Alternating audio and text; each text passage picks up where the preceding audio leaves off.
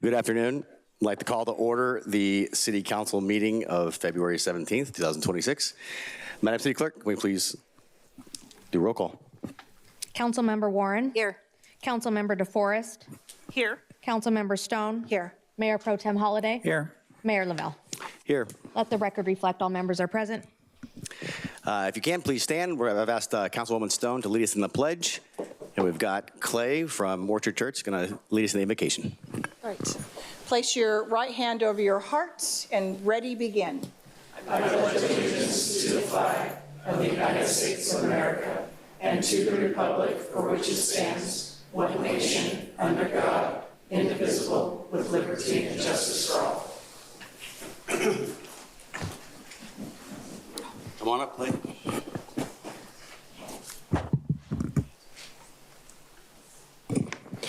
Good afternoon, council members and Mayor Lavelle. How you doing, Matt? Good. Please bow your heads with me.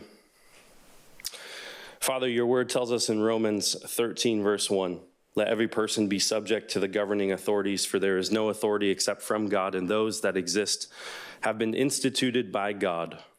Lord, I pray for our mayor and these council members who have borrowed authority from you, the Almighty God.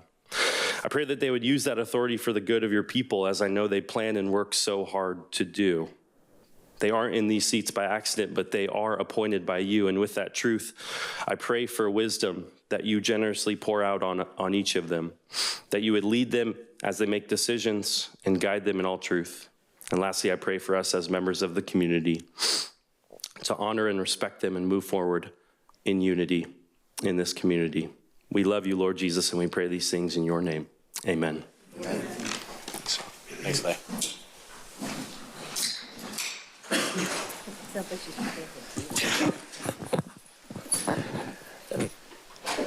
Next up, we have a Good Samaritan recognition.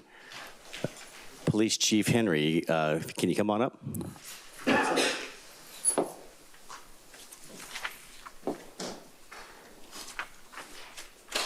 Mayor Lavelle and Council, today I'd like to call up an individual from our community who acted in a way that we don't see that often anymore. And I think it's appropriate for us to recognize him here tonight. So with that, for a certificate of recognition, if I could have Dylan Safemaster come on up from the audience, along with Captain Spencer Parker, who's gonna kind of speak on the incident. You get to stand by me now. Right there.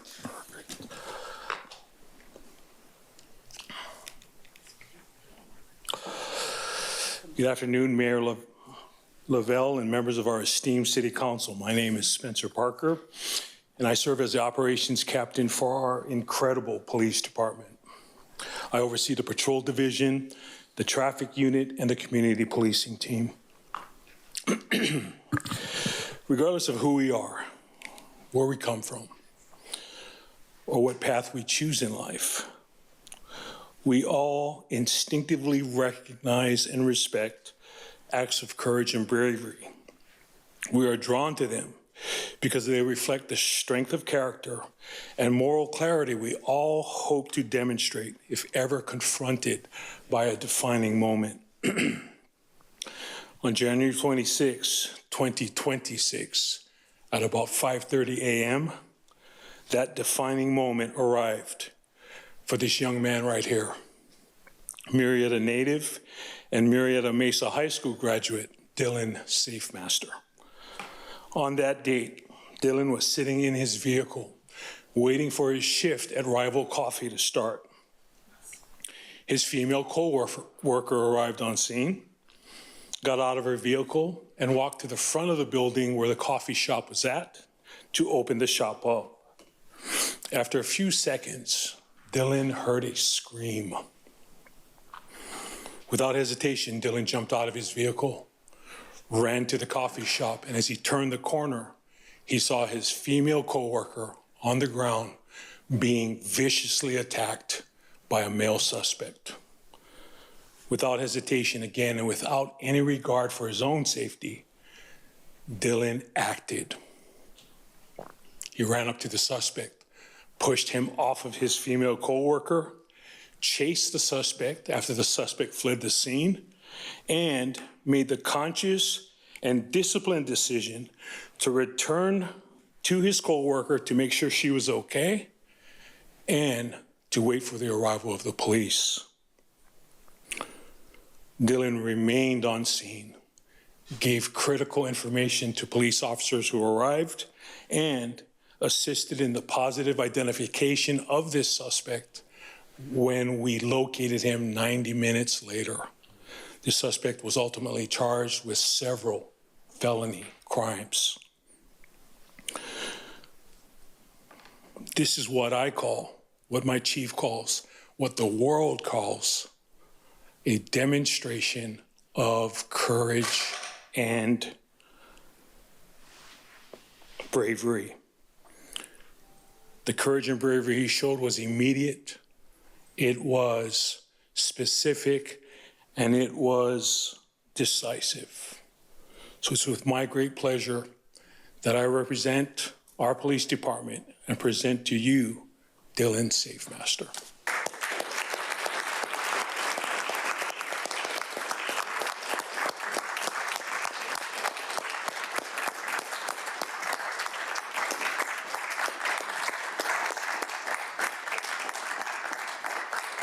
So Dylan, the City Council has presented you with the certificate of recognition. And I think the City Council, would you like to come down and say a few words, take pictures? What would you like to do now? Ryan, if you want, would you like to say a few words first? Dylan?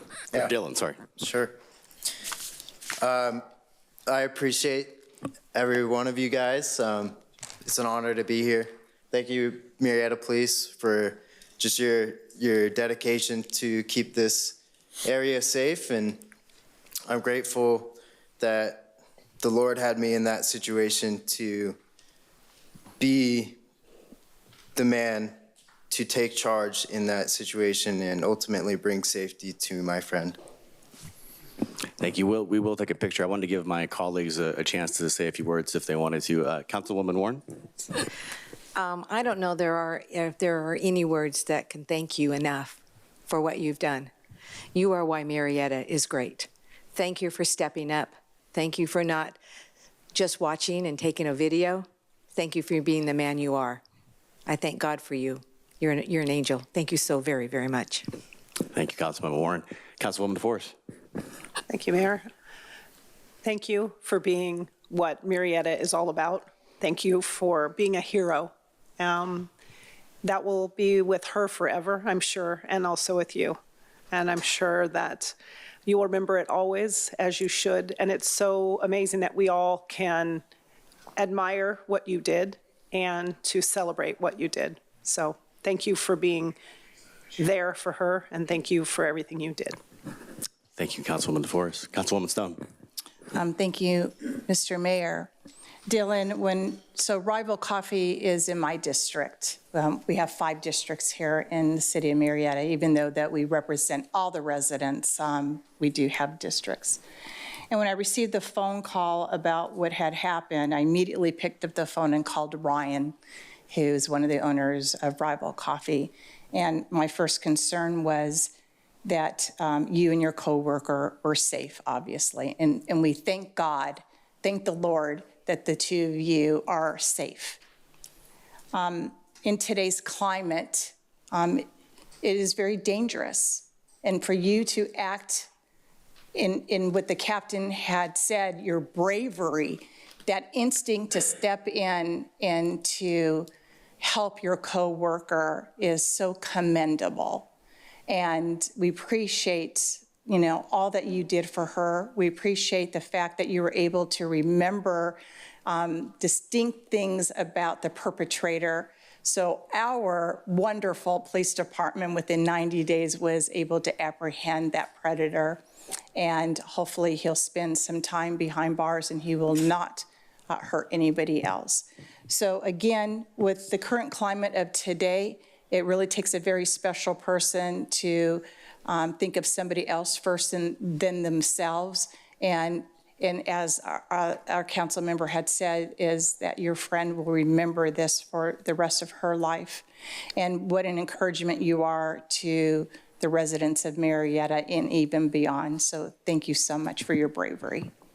90 minutes, not 90 days. You guys are way faster than 90 days. It's okay. Mayor Pro Tem Holliday. Thank you. Yes, Dylan, I echo the sentiments of my colleagues. I also want to say thank you for being here tonight, because a lot of people would say, I don't want the public attention, but you, by being here, in addition to everything you did that day, you're also an example to all the young people out there of what a good citizen should do. So I thank you for that as well. You know, I know everyone at Rival very well. Crazy story, and I'm so glad you were there. Has anyone correlated your name being Safe Master yet to being keeping the young girl safe? That's you know, as much as I do love Rival, this scenario, your experience, you know, my thought was we got to get him a post certificate and get him on PD. Thank you for what you did. This is amazing. I hope it never happens again, but I'm glad people like you are in the community. So let's go take a picture. So we'll probably come over here, so let's do this.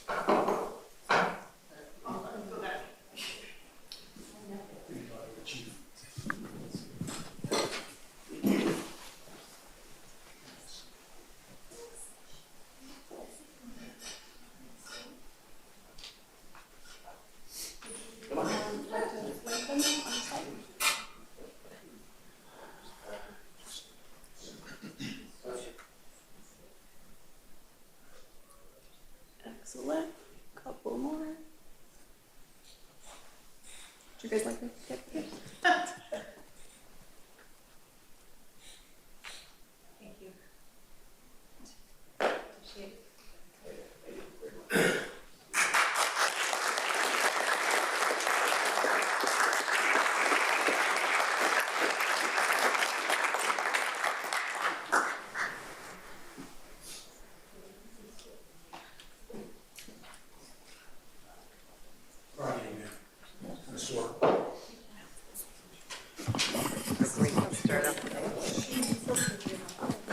That's cool.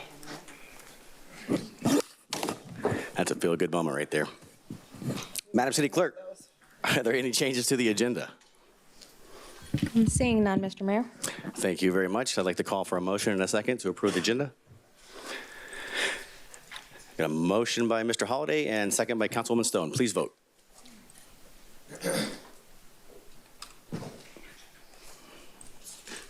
Motion carries unanimously, 5-0. Thank you. Moving on, our city manager update. Mr. Clifton, what do you have for us? Thank you, Mr. Mayor, members of the council, members of the community. Have a few items to present to you this evening. We're going to hear a little bit from our fire department, our police department, and then our communications department. You'll notice we had 2 items listed under the agenda for the fire department. One of those was the annual report. That's going to be continued, so we'll catch up with that one next time. But I would like to invite down Chief Malloy to talk a little bit about our ISO rating. We recently went through a re-rating with ISO, which is something that happens on a regular basis. Won't spoil the ending, but before they get started, just want to emphasize, you already know that we have an outstanding fire department. I think everybody knows, but what really blows me away is that no matter how many things they accomplish, no matter how many accolades, you know, one of the first in the state to do kind of real fire prevention and help with insurance costs that way, they remain steadfast, fixed on how can we do better. Always, always, always. It's a wonderful example to our team here. It's a wonderful reflection of what this community expects. And so I'm just really proud of our department that they never rest on their laurels. They're always trying to do better. And this is a really good example. So with that, please, Chief Malloy. All right, thank you. Good evening, Mayor Lavelle and Council. I'm very excited tonight to, we already have it in front of you about what we're going to be presenting about, but I first want to introduce that I have Captain Mike McLennow with me. He's going to be doing most of the presentation for us tonight, as he did most of the work for this ISO review. So I felt like it was a great opportunity for him to come present the body of his work to all of you.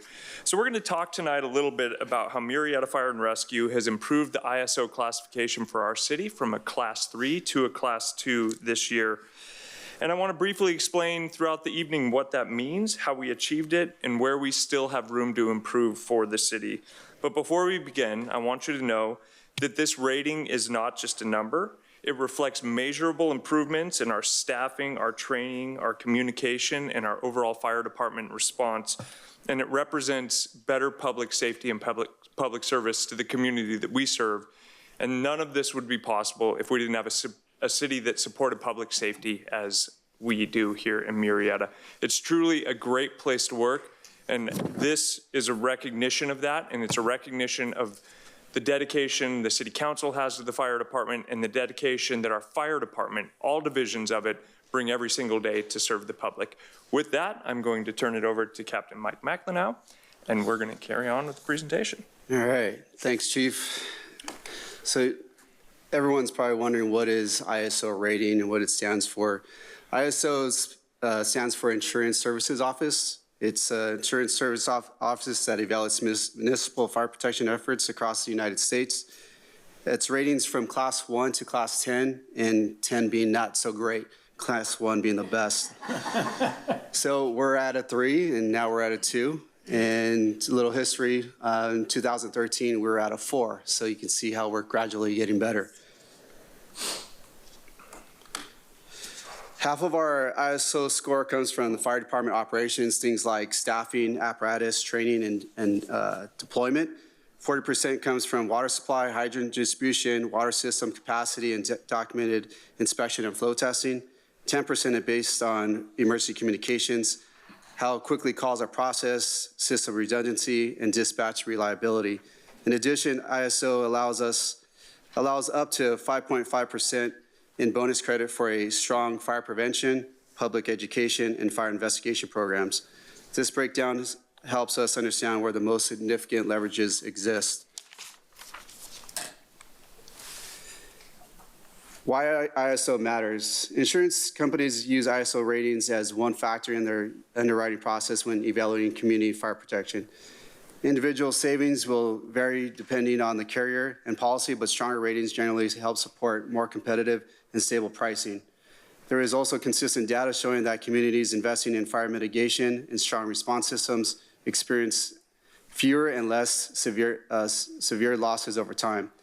A Class 2 rating reflects that Murrieta maintains strong public safety infrastructure, which supports overall confidence in the community.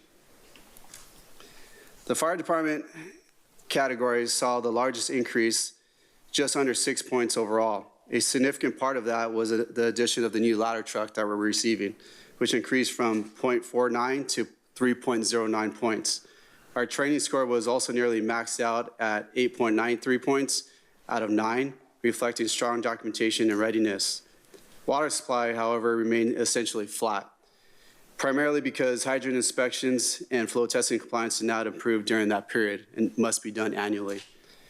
Emergency communications improved by 1.52 points with the implementation of enhanced 911, GIS, and AVL integration and improved dispatch redundancy.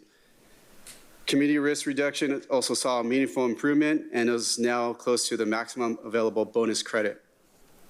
We also saw a substantial improvement in divergence, which reflects a more balanced distribution of resources across the city. So to understand divergence, you can, the best points possible is 0 points, and it has a balance between the fire department capabilities and water supply. If you have a lot of water but don't have enough apparatus to, pumping apparatus to pump that water, the divergence score is going to go down, and then vice versa. So here's a table that shows documented change in our ISO score from 2020 to 2025. Emergency communications improved by nearly 20%. Fire department performance increased by almost 19%. which represents nearly 6 additional points in the largest scoring category. Water supply remained essentially unchanged, which helps identify where our remaining opportunity exists. Community risk reduction saw the highest percentage increase, over 50%, and is now close to the maximum available bonus credit. Divergence also improved significantly, reflecting a more balanced deployment across the city. Overall, our total ISO increased by 16.4%. This chart compares the credit we earn to the total credit available in each category. We are performing very strongly in emergency communications and community risk reductions. Fire department staffing and deployment models, as well as water supply, is where the largest remaining opportunity exists. The overall water system is strong, but hydrant inspections and flow testing compliance left points on the table. So where do we rank? Murrieta Fire Rescue now ranks in the top 7% of rated fire protection agencies in the United States. Out of approximately 41,000 agencies evaluated by ISO, only 2,109 have achieved a Class 2 rating. Nationally, most fire protection areas fall between Class 4 and Class 6, which in 2013 we were among that group. Only a small percentage reached Class 2 or higher. Murrieta is now positioned within that upper tier. This helps put into perspective the significance of the improvement we've achieved. Major points to reach a Class 1 rating are with our staffing and deployment models. Our personnel credit is 7.13 points out of 15. ISO awards maximum credit only for 4-person engine companies, and our current staffing model limits that potential with only 3 per engine. Our deployment score is 5.95 out of 10. ISO evaluates engine coverage based on a 1.5 travel standard, 1.5 mile travel standard. As development continues, we need to evaluate station placement and response coverage to maintain an improving score. While we've made meaningful progress, there are still 7.13 points separating us from a Class 1 rating. That number is going to come up a couple times. The most immediate opportunity is within the hydrant inspection program. In the most recent evaluation, we received 0 points for documented annual inspection frequency and only 1.78 out of 7 points for inspection and flow testing. That leaves more than 5 points available in this category alone. This is not a water capacity issue, it's a documentation and compliance issue. To recover those points, we would need to formalize an annual inspection and flow testing cycles, coordinate with all 4 water districts, and implement a structured ISO compliant documentation program. This is the most direct and controllable path toward adding additional points. So in closing, I would like to congratulate all of you and the City of Murrieta for this high achievement from where I started, from a Class 4 to a Class 2, and hopefully when I retire to a Class 1. With staffing, training, communications, and prevention, we've done everything possible within our power to reach the maximum points allowed. That puts Murrieta in the top tier nationally. We also know that exactly where the remaining gaps are, mainly hygiene inspections and compliance like I talked about, and then the staffing and deployment models that we need to do some hard work on. Tonight was simply to show where we are, how we got here, and what it would take to get a Class 1 rating. And that's it. Thank you for your time. Any questions? Thank you. I'll go off the monitor here, and it looks like we have Mayor Pro Tem Holliday. Thank you, Mr. Mayor. Congratulations. Job well done. I do have one question. Fire Station 6 going to help that number? Fire Station 6 may help a little bit. As we talked about road miles, they take into consideration how closely you have road miles and how much area around an engine company it can cover. What we got some credit for this year is 3 years ago, we signed an automatic aid agreement with Riverside County Fire, so we're actually able to use that response as part of it. So Fire Station 6 will help everything internal into the city, but it won't help like down towards the south because Engine 83 from CAL FIRE is already capturing some of that in the road miles that ISO looks at. Okay, so helps a little bit, not as much as I might have thought. Yeah. I would say, though, we talked about the 4 personnel on an apparatus, and they because council had already agreed and it's already in our budget, they gave us credit for the fourth person that will be on the tiller. So that's already calculated in here as well. Okay, good. Great job. Thank you. Councilwoman DeForest. Thank you, Mayor. You said on slide number 8, we're in the top 2,000 out of 40,000 Yes. agencies? Yes. That's amazing. And that's how we get our 7% ranking. Yes. Okay. Well, congratulations. Absolutely amazing. I know that I'll appreciate this when I go to pay my insurance rate, and hopefully it'll continue to go down. And it's nice when the box is checked when we're paying insurance and it says fire safe city and it says ISO rating now on our insurance bill. So this makes a difference for everyone. So thank you so much for all your hard work and dedication. Thank you. And this will go into effect with the ISO through Verisk, their agency that insurance companies reach out to on May 1st is when this will actually go into effect officially for the city. So after that point is when residents can reach out to their insurance company. We're optimistic that it will help lower rates. It's supposed to. However, insurance companies get to do what insurance companies want to based on the agreements they have with the Department of Insurance. So realistically, we're hoping that it contains rates where they are. Thank you, Councilwoman DeForest. Councilwoman Warren. I just have one question. Besides congratulations, this is totally awesome. How often does this happen? How often do we get to maybe bring our scores up? Is this a yearly, every 5 years? Every 5 years. We have 5 years to find a way to get all 4 water companies on board to get this figured out? Good, thank you. So I'll piggyback off Go ahead. that. So if we get things going and we believe that we have enough points to score a class 1, we can call and ask to be reevaluated again. And so the major thing is with the hydrant inspections, we have to have 3 years in the books documented with the hydrant inspections. So I would say at minimum 3 years if we can get everything rolling. Perfect. So. Thank you. Thank you for your hard work and the dedication to our community. We're safe because of it. Thank you so Appreciate it. much. Thank you. And we do want to just draw a little bit of emphasis on the hydrants. We don't own the hydrants in the city, so we do not have an inspection program that covers those hydrants. However, our city is well covered with water. We have a strong hydrant system in our city. As Captain McLenow said, this isn't a question of our fire flow. It's a question of, is there an inspection and record-keeping module for all of the greater than 6,000 fire hydrants we have in the city? And of the 4 water districts, we don't have that. Wow. Councilwoman Stone. Thank you, Mr. Mayor. I don't have a question, it's just really a comment. Thank you so much, Chief, for achieving this major goal for our city.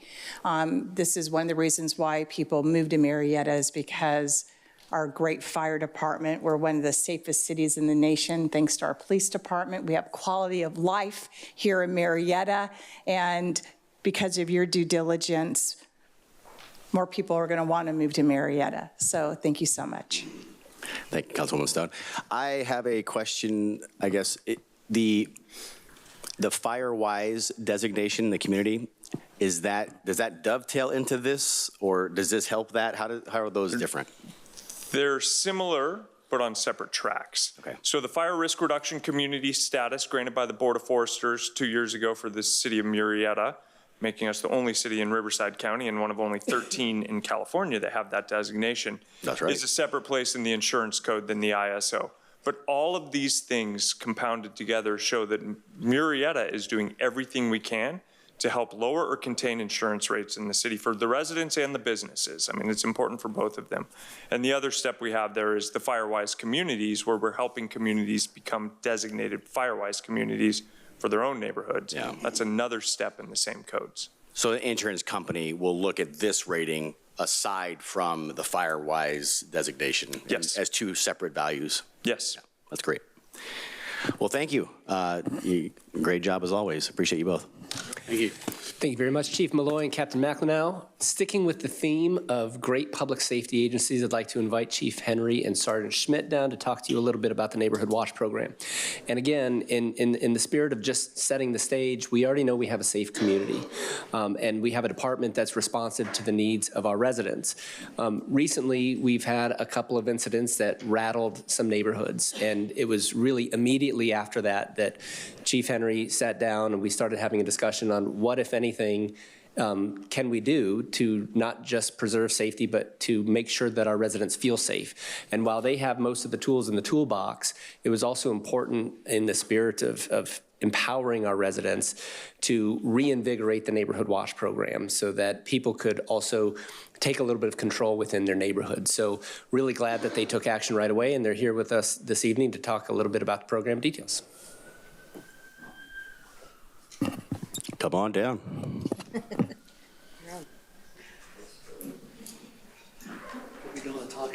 Whichever one you're more comfortable with.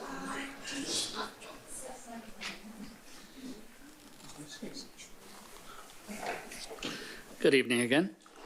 So yeah, tonight I'm going to have Sergeant Matt Schmidt of our community policing team kind of go over the Neighborhood Watch program. We have definitely taken a hard look at it and what we had before and kind of what we've known from Neighborhood Watch, you know, kind of growing up. It's been around for a while, but we want to get a new set of eyes on it and take a different approach to it, and that's what Sergeant Schmidt's going to go over today. Good evening, Mayor, members of City Council, and City staff. My name is Matt Schmidt. I'm a sergeant, Murrieta Police Department. I currently oversee our community policing team, our CBAT team, and our social media team. Tonight, I'm going to be providing a brief overview of our Neighborhood Watch program, how it's structured, how it strengthens police-community partnerships while promoting safe and appropriate reporting of suspicious activity. Some of the things we'll be talking about is our mission, what Neighborhood Watch is, why it works, our resources that we have for our community, the roles and responsibilities. We're also going to be talking about how to start a Neighborhood Watch program, how it works, suspicious activity indicators, reporting suspicious activity, and our program's best practices. So our police department's mission statement is, in partnership with our community, we are dedicated to providing the highest quality police service to enhance community safety, protect life and property, and to reduce crime. If you take that first part of our mission statement, that's in bold, in partnership with our community. Well, that's exactly what Neighborhood Watch is. Neighborhood Watch is a program that really bridges our community, our actual residents, with our police department on a common ground, and we work together to reduce crime. So what is Neighborhood Watch? The Murrieta Police Department, I wish we could take credit for inventing this whole idea, but this has actually been around since the 1960s, all the way back when police officers used to literally walk their designated patrol areas. In order to have a successful Neighborhood Watch, the program needs active participation from citizens or working with the police department. The main goal is to get neighbors talking with each other again. And really that is one of the main foundation and one of the founding principles. In this day and age, neighbors seem to just not talk as much. And there could be any numerous of factors, but now people kind of communicate just on social media. You might not even know your neighbors. I'm also guilty of that too. I know most of my neighbors, but not all of my neighbors. This is an actual snippet of our City of Murrieta website, more specifically our Neighborhood Watch page. So what the Murrieta Police Department, what my team did is we just gave this Neighborhood Watch program a fresh look. We didn't reinvent the wheel, but what we wanted to do is have an easier way of communication for our citizens to not have to call and get a phone tree, leave a voicemail. They can now download actual forms, which are the Neighborhood Watch program forms, how to actually start a Neighborhood Watch, and some organizational structures and responsibilities. But one of the better things that we did is on the top right there, it says contact us. That is a dedicated email address only for Neighborhood Watch. That email goes directly to me and the members on my team.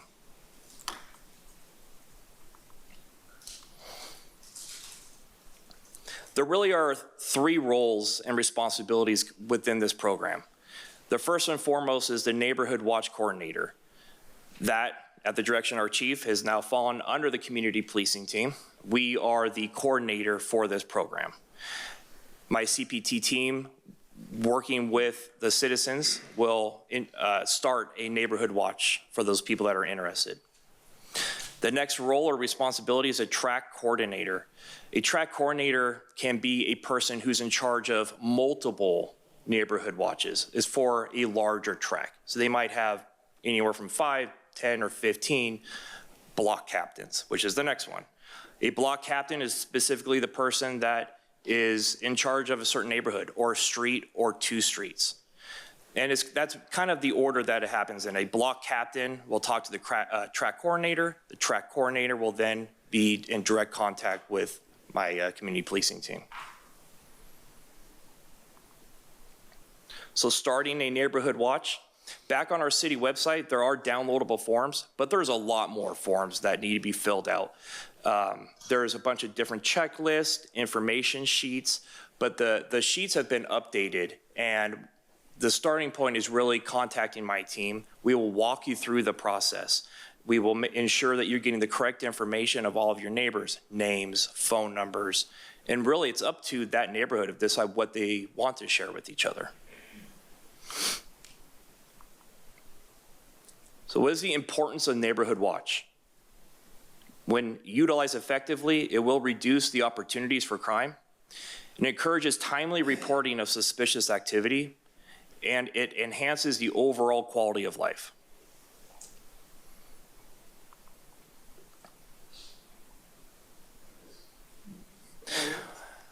So why does Neighborhood Watch work? It builds a stronger community awareness. It improves police community partnership. It helps to identify different crime patterns that occur, enhance surveillance, deterrence through visibility, a safer environment perception, and faster response times. One of the things that occurs during Neighborhood Watch, especially in the beginning, is, again, the police department is a big part of this. We want to meet with those neighborhood. We want the block captains. We want to meet with the track coordinators.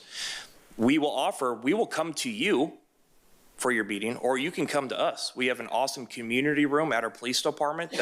The technology is amazing, nice TVs. And that is kind of where the training starts, from the police department at a ground level. We want to teach people how to look for unfamiliar vehicles or individuals, people loitering without clear purpose, individuals looking into vehicles or windows or yards, fake solicitors, unusual behavior or activity patterns, and unusual late night activity. So when it comes to the actual reporting of suspicious activity, one of the main goals that we try to emphasize and teach people is we want you to be a good witness. The key word there is witness. Please do not engage in a confrontation. Although now, I think we heard a great example tonight, which I admire, is, that you probably saved that person's life. But we're talking about things that do not need immediate intervention, right? We're talking about things like somebody looking into mailboxes or looking into vehicles. We want people, a key is to report suspicious behaviors, not just a suspicious person. A person that you don't know is walking down your street in your neighborhood, it is perfectly legal. A person that you don't know looking into vehicles, tampering with mailboxes, we need to know about that kind of stuff. We also teach people to be ready to provide the location, the descriptions, and the activity that's actually occurring. We want people to use our non-emergency line, although in the event that the situation escalates, of course, we want people to call 911. We tell people, or actually teach people, how to contact our dispatch. A lot of people don't even know the general number to our dispatch. So the number's on the screen, but we provide that to them. We also talk about 911, when it is appropriate or not appropriate to use 911, and our Neighborhood Watch email. We also talk that social media is not the place to report, hey, I saw a guy breaking into a car last night. Just wanted to let you know.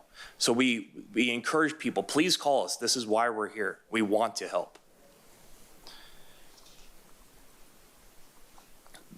some of the program best practices is to conduct regular meetings. Maintain clear communication channels, and those channels are what I had talked about, the coordinator, block captain, and the program. Maintain clear communication channels. Display neighborhood watch signage. We do have neighborhood watch signs that our Public Works Department will install in neighborhoods, but it needs to be impactful. We want neighborhood watch signs in neighborhoods that have neighborhood watch. We also encourage people to communicate. If you can't communicate in person or everyone's too busy, use social media. There's a bunch of different platforms, Facebook Messenger, Instagram, or Nextdoor applications.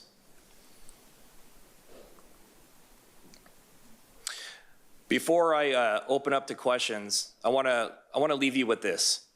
A couple weeks ago, I went out to lunch with a city employee. And this city employee said, when it comes to public safety, it really comes down to two different things. People want to be safe, and the second thing is that they want to feel safe. There is not a better program out there than Neighborhood Watch that can help solve both of those. It helps people be safe because now we have a clear communication between the public and the police department. They are trained on what to look for. They're trained on when to call us. It also allows them to feel safe because now they're part of a bigger picture. Now they have ownership in their neighborhood. They know that people are looking out for them and they're looking out for each other. I do have a QR code here on the screen. If you scan that, that does go directly to our department website, to our Neighborhood Watch page. If there's any questions, I would love to answer. Thank you very much. First up, we have Councilwoman DeForest. Thank you, Mayor. I just want to say thank you for listening to our citizens, Chief, at the Neighborhood Watch or the Town Hall, whatever that was. Neighborhood Watch was asked many, many times. And thank you for listening to the community and coming out ahead with Sergeant Smith. That's fantastic. I look forward to seeing those signs all over our town. And I just want to tell you how much I appreciate living in such an amazing city that actually is so connected to our community. So thank you so much. Thank you. Councilwoman Warren. Thank you. Yes, Councilmember DeForest is right. That was a big ask at the town hall meeting that we had after that first incident. That town hall gave people an opportunity to realize that they didn't know their neighbors. Mm-hmm. And when we left that night, they were talking about doing a neighborhood watch. They were getting to know each other. They were exchanging phone numbers and addresses because they didn't even know who lived next door to each other. So that did bring out a big change and a little bit of security for each of them. How long do you expect the training to take for this program? So as far as training for our police department, we're ready. We're ready now. We've been ready. I meant the neighborhoods. I'm sorry. So it depends on the neighborhood. Okay. There have been a couple of neighborhoods that have gathered all of their neighbors' phone numbers, addresses, and they're ready to go. But it takes, they might not be able to have a meeting with us for a week, okay, and then it's 2 weeks. It also depends on the size of the actual neighborhood watch. Is it 5 or 6 houses, or is it 10 to 20? It really kind of depends on the street layout. Well, I want to thank you very much for expediently putting this together, revamping it, making it for today's world. And a safe city is a great place to live, work, and play, and you're making it that. Thank you so very much. Thank you, ma'am. Councilwoman Stone. Mayor Pro Tem Holiday. Jump in there. We look so much alike. Yes, thank you for listening to the residents and the quick response. When I saw your presentation, the very beginning of it, I was thinking, I remember this when I was a kid. Mm-hmm. No jokes, Mr. Mayor. It was, I think I was 7 or 8 years old, and I saw the first sign go up in my neighborhood. I'm like, oh, I better not misbehave here. So I'm glad to see that it's still going on, and I'm glad to see that you've freshened it up and responded rapidly to the residents' concerns. Appreciate it. Thank you. Thank you. The signs are made of metal these days. Councilwoman Stone. Thank you, Mr. Mayor. Matt, thank you so much for what a great presentation. And you know, the incident that Councilwoman Warren is talking about, you know, sadly and unfortunately, when a crisis happens in our community is when people want to get involved. I'd really like to encourage you to work with our city manager. I would like to see a town hall meeting, a call to action for a neighborhood watch, and see if we can fill up our chambers here with community residents that want to participate. Even though it's been around for 60 years, and you were only 6 or 7 in the 60s? Really? Okay. Well, anyways, on another note, it's a constant reminder. It's another layer of communication. It's another layer of us watching what is going on in our community. And we should never take for granted that people have this on their mind. So since it's been around for a really, really long time, and like I stated, it takes an incident for people to get involved. So if we can do a town hall meeting, a call to action, great presentation. I think that with our growing population, and let's face it, with a growing population, crime does increase. And I'm talking about petty crime, breaking into cars and stealing packages, breaking into our mailboxes. But it's just another layer of communication, letting people know that we take our community serious when it comes to crime. So thank you, Matt. Thank you, ma'am. Thank you, Councilwoman Stone. You know, the Facebook groups you reference and the other social media, it seems like the framework is already there, and almost like an outreach from our PD or our social from the city to say, if you already have these groups, would you like to elevate an official program? Because I'm sure they do all right, but obviously it could be augmented with this, you know, official training and official type of program. And the awesome signs. Those signs, I mean, they haven't changed for 60 years, I imagine, right? Like, it's the same burglar-looking guy. No, and then if you think back to when this first started, you know, with the addition of flock cameras and ring cameras and drones, I mean, we have the ability to have a far-reaching neighborhood watch, I mean, with all kinds of great assets and tools to help that. So thank you for doing this. I hope a lot of our community signs up for this and leads from the front. So thank you both for your time and the presentation. Thank you. Thank you very much, Chief Henry and Sergeant Schmidt and Councilmember Stone and Council. Chief Henry also has some really excellent ideas for community outreach. They already do a lot, but they've got some things that they're thinking about that would be unique opportunities. Maybe even better than asking people to come here is that we will find ways to go to visit with residents and promote this kind of program, ideally even closer to where they live, so that it really feels real and connected. So you can look forward to hearing more about that soon. Last but not least of my administrative updates, would like to invite Hilder Sam, our Public Information Officer, up to talk to us a little bit about what's going on in Murrieta. Welcome. He's getting the clicker. Just kidding. Oh.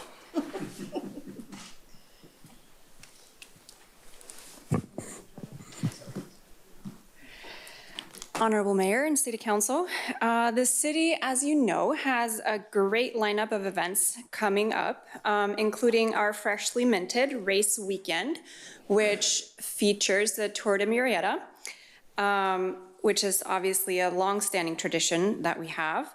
And now we have the added bonus of the Murrieta 5K and our first concert in the park of the year, which will feature the band Shockwave. Very exciting. Obviously, we also have the upcoming spring events, the 79th Annual Firefighters Barbecue. I'm not sure if any of you were here for the first one, but it's been a while. Ron was.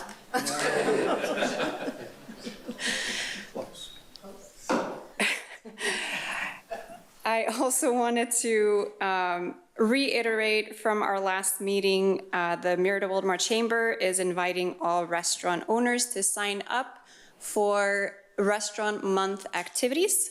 There's a QR code up on the screen that you can use to participate. The next Murrieta Market Night is this Thursday. However, we are expecting rain, so just make sure that you check social media before heading out, just in case they have to cancel. Also in March, the city and Waste Management are hosting a bulky item drop-off and shredding event here at City Hall in the back parking lot. You can visit our website for a list of acceptable items there. And we, of course, want you to stay connected at murrietaca.gov/connect. Thank you.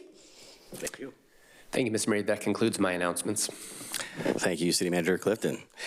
Next up, we've got our governing body announcements and reports. This is the time that you get to hear about where we were and what we've been doing over the last 2 weeks. So starting off with Councilwoman Warren. Thank you so much, Mayor Lavelle. On February the 11th, I attended the Riverside County Transportation Commission, and there is no reportable action, but I did drive out in pouring rain, so that should count for something. On February the 6th, I attended, along with my colleagues, Rock Your Red, which is a heart and stroke awareness event. That nonprofit also puts on free CPR classes throughout our communities, throughout the region. So if you're looking for a CPR class and can't find one locally here, because ours fill up so quickly through the fire department, let them know, and you can get a hold of me, and I will turn you to the person who can get you signed up. February the 7th, I attended the Taste of Soul at Town Square Amphitheater, kicked off their morning with a lot of good music and some wonderful dancers. Some young girls were out dancing. They were just fabulous. And what happened to be one of her birthdays, so we all got to sing happy birthday to her, so that was fun. Also attended the wonderful Murrieta Wildomar Chamber of Commerce networking breakfast on the 12th, where our mayor got up and did a fabulous job and had us in stitches for at least 15 minutes. To say the least. And last but not least, I attended on the 13th with my colleagues as well, the AARP Valentine's Ball for special needs young adults and adults, and it was amazing. The kids had a great time. The adults did too. They danced and had so much fun. It was good to be there to support them. And then on the 14th, I can't think of a better way to spend Valentine's Day than going to the K-9 trials, because that was fun. And if you look, I don't know if you can see in these pictures, but in the first station, the dogs were supposed to, the perpetrator was pushing down a police officer in uniform, and the dog with a muzzle was supposed to go after the perpetrator. He walked away, and many of the dogs went to the other car. So that was very funny. And then on the next stage, a perpetrator in garb, had huge spark water bottles filled with rocks or coins and was trying to distract the dogs and was throwing them out on the lawn, and the dogs would go around them and attack him. It was not one dog did not attack the person, did a great job. And the last one was a dog being, it was kind of a race in time to see how fast he would get the perpetrator that came out of the truck. And many of them didn't get very far past that cone, and that dog was on the arm, and they were swinging the dog around because they couldn't get the bite off. So it was a great trial. It was fun to see the community come out. The explorers were out there directing traffic, and our department was out making the best hamburgers ever and hot dogs. So thank you for another family fun event showcasing what our public safety departments do in this community. That concludes my report. Thank you, Councilwoman Warren. Councilwoman DeForest. Thank you, Mayor. On February 12th, I attended the RCHCA, and they were doing fee mitigations and looking at, they had not increased their fees since 1996. Originally in 1988, it started out at $19.50 per acre and was revised to $500 in 1996, and that did not have an inflation adjuster, so they've maintained their prices per acre as cheap as possible until now. And there'll be revised changes, and there'll be also, one of the things they did, as well as raising it to $900 per acre from $500 per acre. They also would like to have an automatic adjustment based on the consumer's index added to that. So going forward, Effective June 1st, the updated fees will be single-family residences, did not change at $250 per unit. Agriculture did not change at $100 per development, and other types of uses per gross acre is now from $500 to $900. So they did discuss their annual budget of $1,592,000, and they said they were really trying to maintain the budget in order to maintain the SKR. But when we were discussing, we've got a lot of build out in Riverside County, what was left undeveloped, and the average they believed was between 60 and 70,000 acres not developed in Riverside County, which I thought that was a huge number, and I thought that I would bring that out. The rest you could read some of the events that I attended as well, but just to highlight a few things because I don't want to run out of time. I attended the Murrieta Temecula Group meeting, and our speaker was from Edison. They talked about blackouts and infrastructure. And I put on here, there's a QR code you can scan, and that will tell you where your outage is and when your service will come back on. She also spoke of one thing, because I know I've gotten several emails on it, that our seniors can't use a QR code, or they don't really know how to use their phone, or they're not really tech savvy. So there is a number that is now available on the website, and it's a senior line only. They're asking if you're not a senior, please don't use it. And so it's a senior line, so you can get the information directly from a human, which was their #1 complaint. So on February 10th, I chaired the Southwest Riverside Higher Education Coalition University Center Working Group.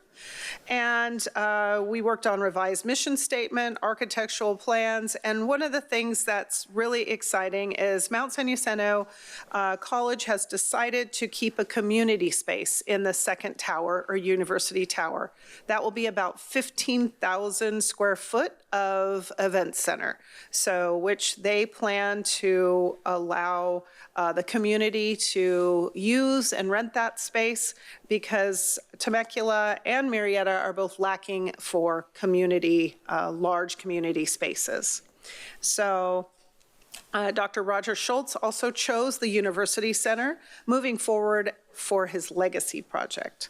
So the other thing, I just have some pictures of the amazing market night.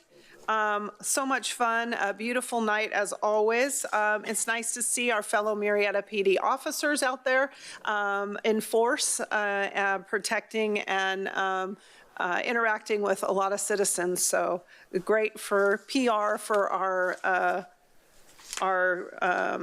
Murrieta PD. If you need to reach me, please feel free to send me an email, or that is myself. Text me for faster service. Thank you very much, Mayor, and that is the end of my announcements. Thank you, Councilwoman DeForest. Councilwoman Stone, you're up. Thank you, Mr. Mayor. The Colony, which is in my district, happens to be the largest retirement community in Murrieta, and they requested a forum on mental behavior health. And our keynote speaker that day was our very own Planning Commissioner, Mike DeSena. Actually, Dr. Mike DeSena. And he spoke about the #1 issue affecting our seniors across the nation, and that is loneliness. So our entire team, from our library to our senior center, our CSD, we talked about how seniors can engage, especially with loneliness. So I want to thank our entire team, our public safety, our CBAT, talked about homeless outreach, mental behavior health. And then lastly was Scott Agajanian, who talked about economic development. And I could see the eyes a little bit like, what does economic development have to do with mental behavior health? Well, I closed it by saying that retail therapy always helps with mental behavior health. So I just wanted to say thank you to everyone. I appreciate taking time out of your day and going to the Colony and making their day very, very special. In addition, I spoke with many elected officials and residents in Murrieta, and I want to thank many of them who reached out to discuss our last city council meeting regarding Kratom. Several comments were made, including concerns about the safety of our children. I agree, protecting our youth is critical. However, when a council member proposes a citywide ban that extends beyond our youth and affects all of our residents, I pride myself on transparency and facts. When our city manager asked for direction, I stated clearly that I want input from our medical professionals, analysis on public safety impacts, and most importantly, a full understanding of the broader impacts on our community. While I'm asking to hear all sides, that is exactly what council should encourage. Our police chief stated that there's been one encounter involving youth with Kratom in the last 3 to 4 years. I've also asked 4 local smoke shops whether there has been an increase in Kratom requests. All 4 stated that there has not. Each confirmed that they require identification and do not sell to minors. In addition, I spoke to students at Mesa High School and only heard of Kratom. Only one had heard of Kratom. This is not to say we should not review this issue. It is to say that the city of Murrieta is not experiencing a crisis with Kratom currently. I've conducted due diligence and to suggest that the information should not be spoon-fed to me per my request to hear all sides is extremely unprofessional to our community and deserves better. We all have a responsibility off and on the dais. Point of order. Lori, just a quick update if you can. Listen, this is my update to the residents and to our elected officials. This is a non-agendized item. I'm talking about my conversations with elected officials and the residents. I'm repeating our conversation. So I will continue. We all have a responsibility on and off the dais to be informed with the facts before voting on a ban that affects our entire community. Moving on. I attended Rock Your Red fundraiser for heart health. I attended the K9 Foundation fundraiser at Hush Coffee. Moving on to the next slide, please.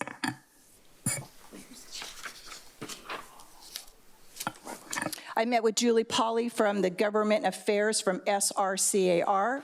I attended the Chamber Networking Breakfast. I met with the California State University of San Marcos, and I attended the Special Needs Valentine's event hosted by Rotary. And I also attended the K9 trials. Thank you, Mr. Mayor. That concludes my governing body announcements. Thank you. A couple updates from me. I attended MTG with Councilwoman DeForest that morning with the, oh, no, I forgot Ron again. Mayor, ignore that, I'll say it again later. Mayor Pro Tem Holiday, you're up. You could have finished. I attended similar things with the rest of my colleagues. It's nice that we have a council that that shows up to stuff. It's not just one of us out there that is going to all the things. I know in Temecula that one particular council member has said many times, I'm the only one that shows up, and that's unfortunate for the city. So it's nice that we have everybody participating.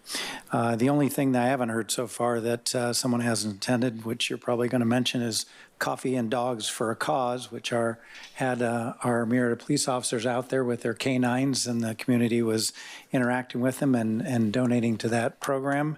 And there's a picture. I actually have pictures for a change. I don't normally have pictures, but there's a picture there of John holding his new dog. New dog. How old? 1.5. 1.5 years old. Weighs almost as much as you. I was there. I just called it something different. Oh, yeah. Yeah, that's right. Anyhow. And so the rest of the stuff you can see, but it's like I said, intended with all the rest of my colleagues. I do absolutely enjoy the Valentine's Day dinner and dance for adults with special needs. It's, I mean, just to see a group have so much fun and without a care in the world makes me envious. Thanks. Thank you. Now I will give my update. Remy is a 1.5 years old. She's a shepherd mix I got from Animal Friends of the Valley. Amazing dog. I went to MTG with Councilwoman DeForest, as mentioned, the power updates on what SoCal Edison does and how intricate what they do for this area. It was very revealing to be there and informative. So happy to be there that morning. This morning, actually, I attended the Menifee Chamber Healthcare Policy Advocacy discussion. I was there on behalf of the hospital I work for, along with kind of a dual role with trying to be involved locally with healthcare. Although it's in a different city, Menifee population does impact the hospital that's in Murrieta for hospitals in Murrieta. So this regional effort of expanding healthcare, it's something to pay attention to, and where a lot of lifting is going on right now with how to address the needs of the community. So happy to see lots of people there this morning from all 5 cities. And then the K-9 trials, I was there the first part of the morning. I think our Murrieta dogs pretty up there on the podium when we go. Did we win this year? Anybody know? No trophies? All right. Competition must have been pretty rough. Nobody? All right. Anyway, happy to be there with my colleagues. Look forward to the next 2 weeks, and hopefully it doesn't rain so we can attend market nights and have a good time. And that's all I have. I had no governing body reports. So moving on to public. I'm sorry. Where's my slide? Right there. That one. All right. As you may be familiar, the City Council holds an annual workshop goal to go over City Council goals, which includes receiving updates on our tiered priority projects. This year, we'll be holding it on the morning of February 26, 2026, here at City Hall. Start time is TBD, but we will let you know once we have a confirmed time. So if you're interested in that, you're more than welcome to attend. And that's all. So moving on to public comments. This is time for public comment. Each speaker will be limited to 3 minutes unless previously approved by the clerk. Madam City Clerk, do we have any public comments on non-agenda items? Thank you, Mr. Mayor. Janice Hanley.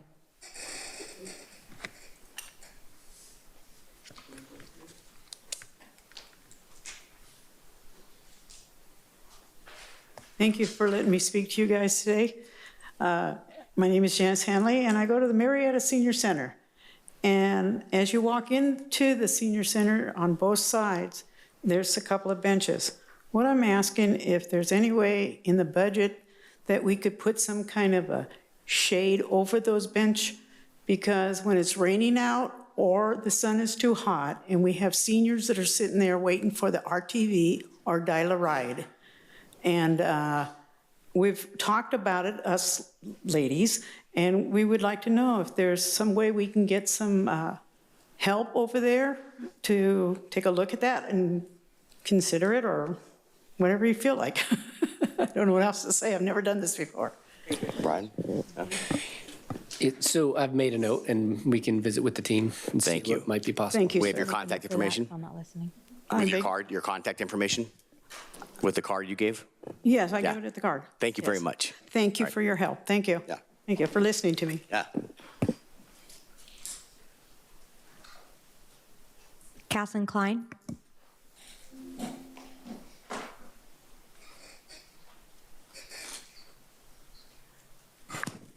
Happy Lunar New Year. Fire horse, wow. I wasn't expecting so much fire up there. I came to wish you all a happy new Lunar New Year, the year of the fire horse. Just to give a gentle reminder that, I've been here since most, if not all of you arrived. And God willing, I will be here, I will continue to be here. And with the new year upon us, I look forward to working collaboratively with you and with staff, particularly looking forward to the 26th. However, when we do have times of disagreement, I will continue to be myself and hold people accountable. So I just wanted to let you all know that. This is just meant to be a gentle reminder and a statement, nothing more than that. Would you like this?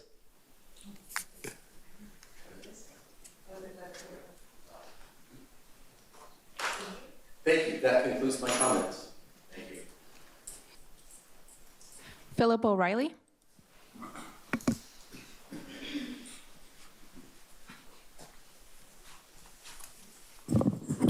Good evening, Mayor, council members, and city staff. Happy belated Valentine's Day. I thought it as good a time as ever to express my genuine appreciation for your leadership and this administration as a whole. I can see your love and devotion to the city in your eyes and in the culminations of your work, and I'm proud to stand here in front of you on my journey to do the same. Having lived in Murrieta for 30 years, it's easy to say, well, I'm from Temecula, to someone not from our area, and truly I feel that sentiment of the old is on the way out. As we continue to develop and expand upon, we further expose our true nature as a gem of the valley, a place that sparkles and shines and proudly represents home. With large-scale developments like Keller Road, the Golden Triangle, Jefferson Avenue Business Park improvements, and so much more, it's easy to see this bright gem of a future you all are working so hard towards creating. I'm beyond proud to hear constant reminders of this, such as our finance department being awarded an exemplary, fire department great job, city council being involved and active, and overall our city is growing and prospering. I recently learned that our CarMax is the corporation's #1 selling location in the nation, and they plan on upgrading that lot size to double down. I mean, come on, cars are not cheap.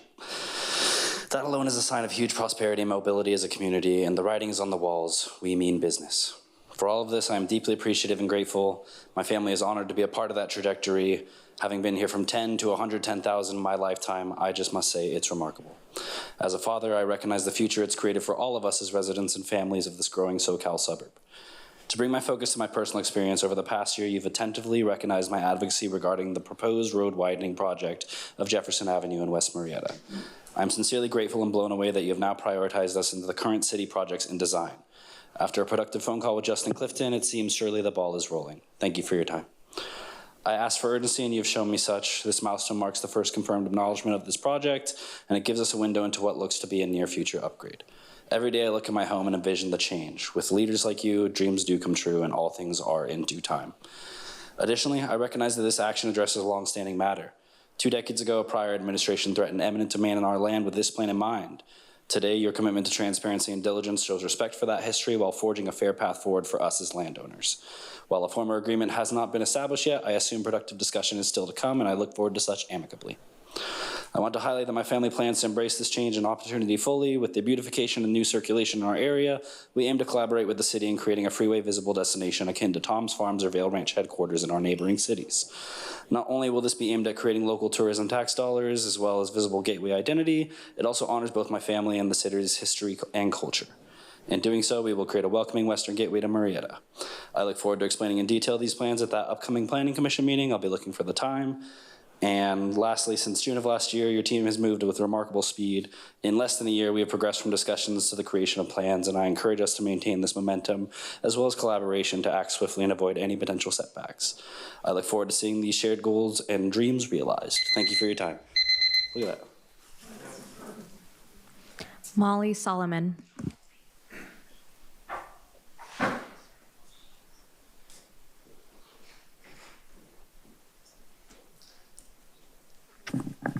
Hello.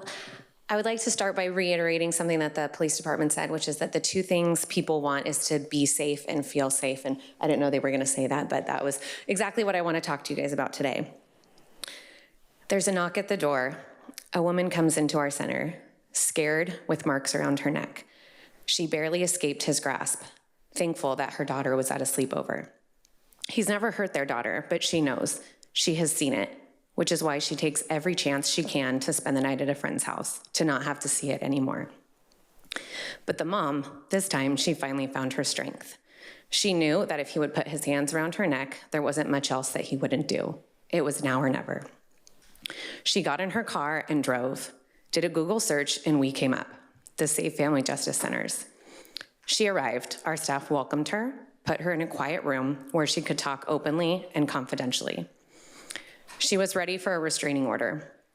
Overwhelmed by the 80-page document, we helped her fill it out. She enrolled in our domestic violence education program and learned that in addition to physical abuse, she had been emotionally and financially abused as well. After that, she joined Restoring Strength, a women's support group where she was surrounded and empowered by other women who had walked the same path. Her daughter began attending the PAL program, learning what healthy relationships look like and how to spot red flags. Surrounded by other kids who had also witnessed what she had, she didn't feel alone. For the first time in a long time, they both felt safe. This is just one story, and the Safe Family Justice Centers hears nearly 4,000 stories each year across Riverside County. You have the chance to be light in the darkness for the people in these stories, a piece of the puzzle that provides hope and healing. The Safe Future celebration coming up on March 14th at Monte Leo Meadows will raise vital funds to support this work. This year's theme is Casino Night, and it's going to be a fun, high-energy evening, but more importantly, a meaningful one. Guests will enjoy an incredible dinner, casino games, auction, and powerful stories of impact.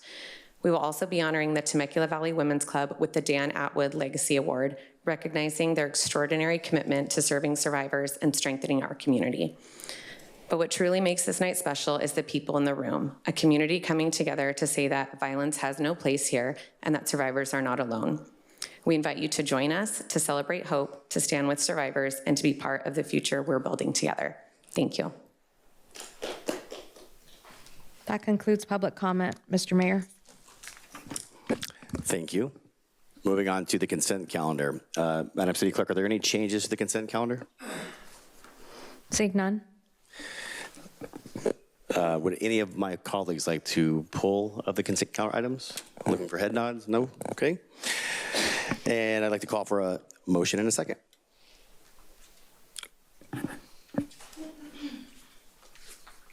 Please vote. I've got a mover by Mr. Holliday and a second by Councilwoman Warren.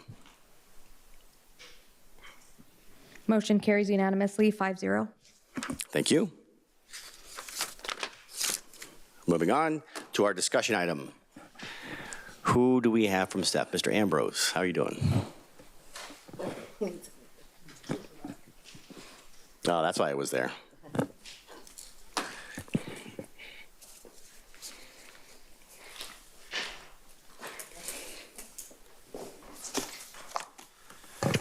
Good evening, Mayor and members of City Council. Before you this evening is an update on the Homeless Encampment Resolution Grant, close to 1 year after its launch, as well as an update on the Regional Homeless Alliance and a discussion regarding funding, not only to carry us through the remainder of this fiscal year, but to position Murrieta and the Regional Homeless Alliance for long-term sustainability. Joining me is Lindsay Sisti, Homeless Services Manager for the City of Murrieta. She will be presenting data that truly reflects the strength of this program. It is not an exaggeration to say that Murrieta has built one of the most effective homeless services systems in Riverside County and possibly in California. To show this, you'll see a video of 3 household testimonies as part of a film that Riverside County has recently put together for marketing use. So with that, I'm going to turn things over to Ms. Sisti. Good evening, everyone. Lindsay Sisti, Homeless Services Manager. I'm pleased to provide an update on the Murrieta Creek Trail Encampment Resolution Project today. The state awarded Riverside County $12.6 million for a regional homeless response. And this is the first of its kind to come to Southwest Riverside County. This is a partnership between Riverside County, the cities of Murrieta, Wildomar, Menifee, and Lake Elsinore. We're currently 40% through the contract, which is set to wrap June 30th of 2027. And I'm thrilled to announce that 40% through the contract, we've already exceeded all the goals of this contract. So we'll get into the numbers shortly. This project is about collaboration, capacity, and results. It's brought on 8 additional outreach workers with CityNet that engage the clients in their homelessness and follow them through all the way to permanent housing. Adult Protective Services is a part of this project as well and provides the case management to seniors that are enrolled 60 and older. The project comes with several other supports, including housing navigators with from the Housing Authority, whose sole purpose is to identify and secure units for our clients. Our UHS Behavioral Health has dedicated staff for this project to enroll individuals in mental health and substance abuse services. We have an amazing organization called Healthcare in Action we work very closely with, who provides mobile street outreach, medical care, and can meet our clients wherever they're at, whether it's in an encampment, in a shelter, or even once they've secured permanent housing. This project also comes with expanded sheltering, so we can get individuals out of the creek and indoors as quickly as possible, so we can begin working on housing sustainability plans. This project also provides flexible financial support to remove barriers to housing. This can include covering application fees, security deposits, and short-term rental assistance. We're not here just to find units. We're making housing attainable and providing the supports to create sustainability for the individuals we house. Speaking of results, these really speak for themselves. So to date, we've enrolled 191 individuals into this project. Currently, today, we have 65 individuals that are placed in some type of bridge housing placement, and we have housed 104 individuals in permanent housing placement. We're talking leases signed, moved in, a roof over their head. So we've had tremendous success. Since the launch of this project, 169 people that were unsheltered are currently in shelter or permanently housed. This chart shows a breakdown of enrollments by city, highlighting the regional impact of this project and how resources are being distributed across our communities. And I think this is my favorite slide. So like I said, we're 40% through the project. These numbers you see here are what were required of our contract. So the contract required that we enrolled 80 individuals and permanently housed 64. And again, 40% through the contract, and we've enrolled 195 and already secured permanent housing placement for 104 individuals. This is regional collaboration in action, and it really is changing lives. So with that, we have a quick video that the county put together for us, interviewing a few of our successes. I'm a single father of 2 boys, 4-year-old and a 3-year-old. Been homeless. It was a struggle. When you take them to school, nobody knows, what they're going through. They're kids, you know what I mean? They don't know what's really going on. I didn't have the father figure, so, everything I'm doing for them is like, in a way, I'm doing it for myself. Even taking them to school, it's like, why can't I have that, So everything I'm doing for them, in a way, is selfish just for me, you know what I mean? It's like I wanted to have that moment, have memories. It's the best thing in life, man. That kept me alive. That kept me from being in jail, from being dead, man. Honestly, if I didn't have them, I wouldn't be here. Honestly, I would not be here. I thank God for, He gave me them for a reason. I've been a single father for almost 3 years now. It sucked up my pride and eventually I'm going to a shelter here in Murrieta with my kids. We didn't have a place to stay. That was the only way for us, to not be in the car sleeping, because I've been through that. I wouldn't want that on my kids, but for you as a parent looking at this, like, wow, you don't want to see your kids in that. It's very heartbreaking, when you're going through that. Grew up in foster care, grew up in the jail system all my life. Just being homeless was a part of my life. Nothing that I wanted to, there wasn't no way out for me. Connected with CityNet, all wonderful people there. Everybody from Project Touch, an amazing place. From the moment I got there to the moment I left, just open arms, love. And they end up giving me a place to stay.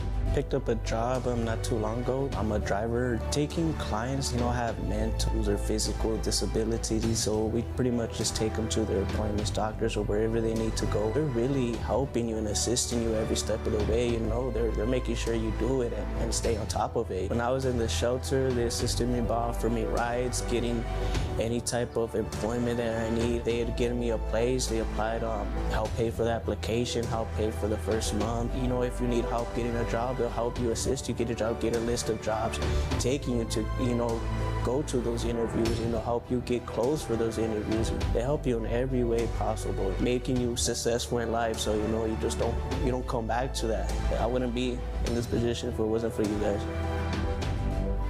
The whole thing was hard. To see your kid, her name is Aubrey. She is 15. She's going to be 16 this year. I think it's the addiction and the domestic violence that she had to witness with me that really, I wish I could just go back and not put us in that position. To be sober and having to process all that sober is hard. So if I could go back and not pick up a drink, I would. And that would be for her. I'm sober and I'm happy, which I haven't. I guess I haven't experienced that. My addiction obviously affected us negatively. She had to go visit me in rehab.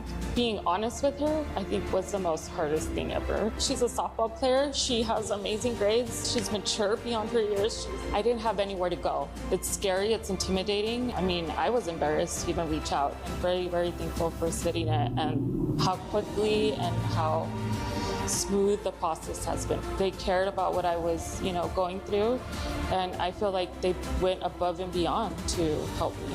The assistance with housing is me being able to keep my job, not stressing over where I'm gonna stay or gonna sleep the next day.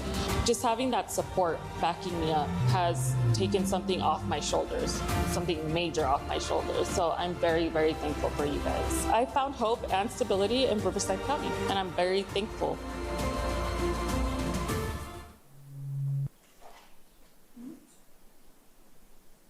Ever heard of CityNet? And that's how it started. That's how it starts. We're inside one of those garbage things, just...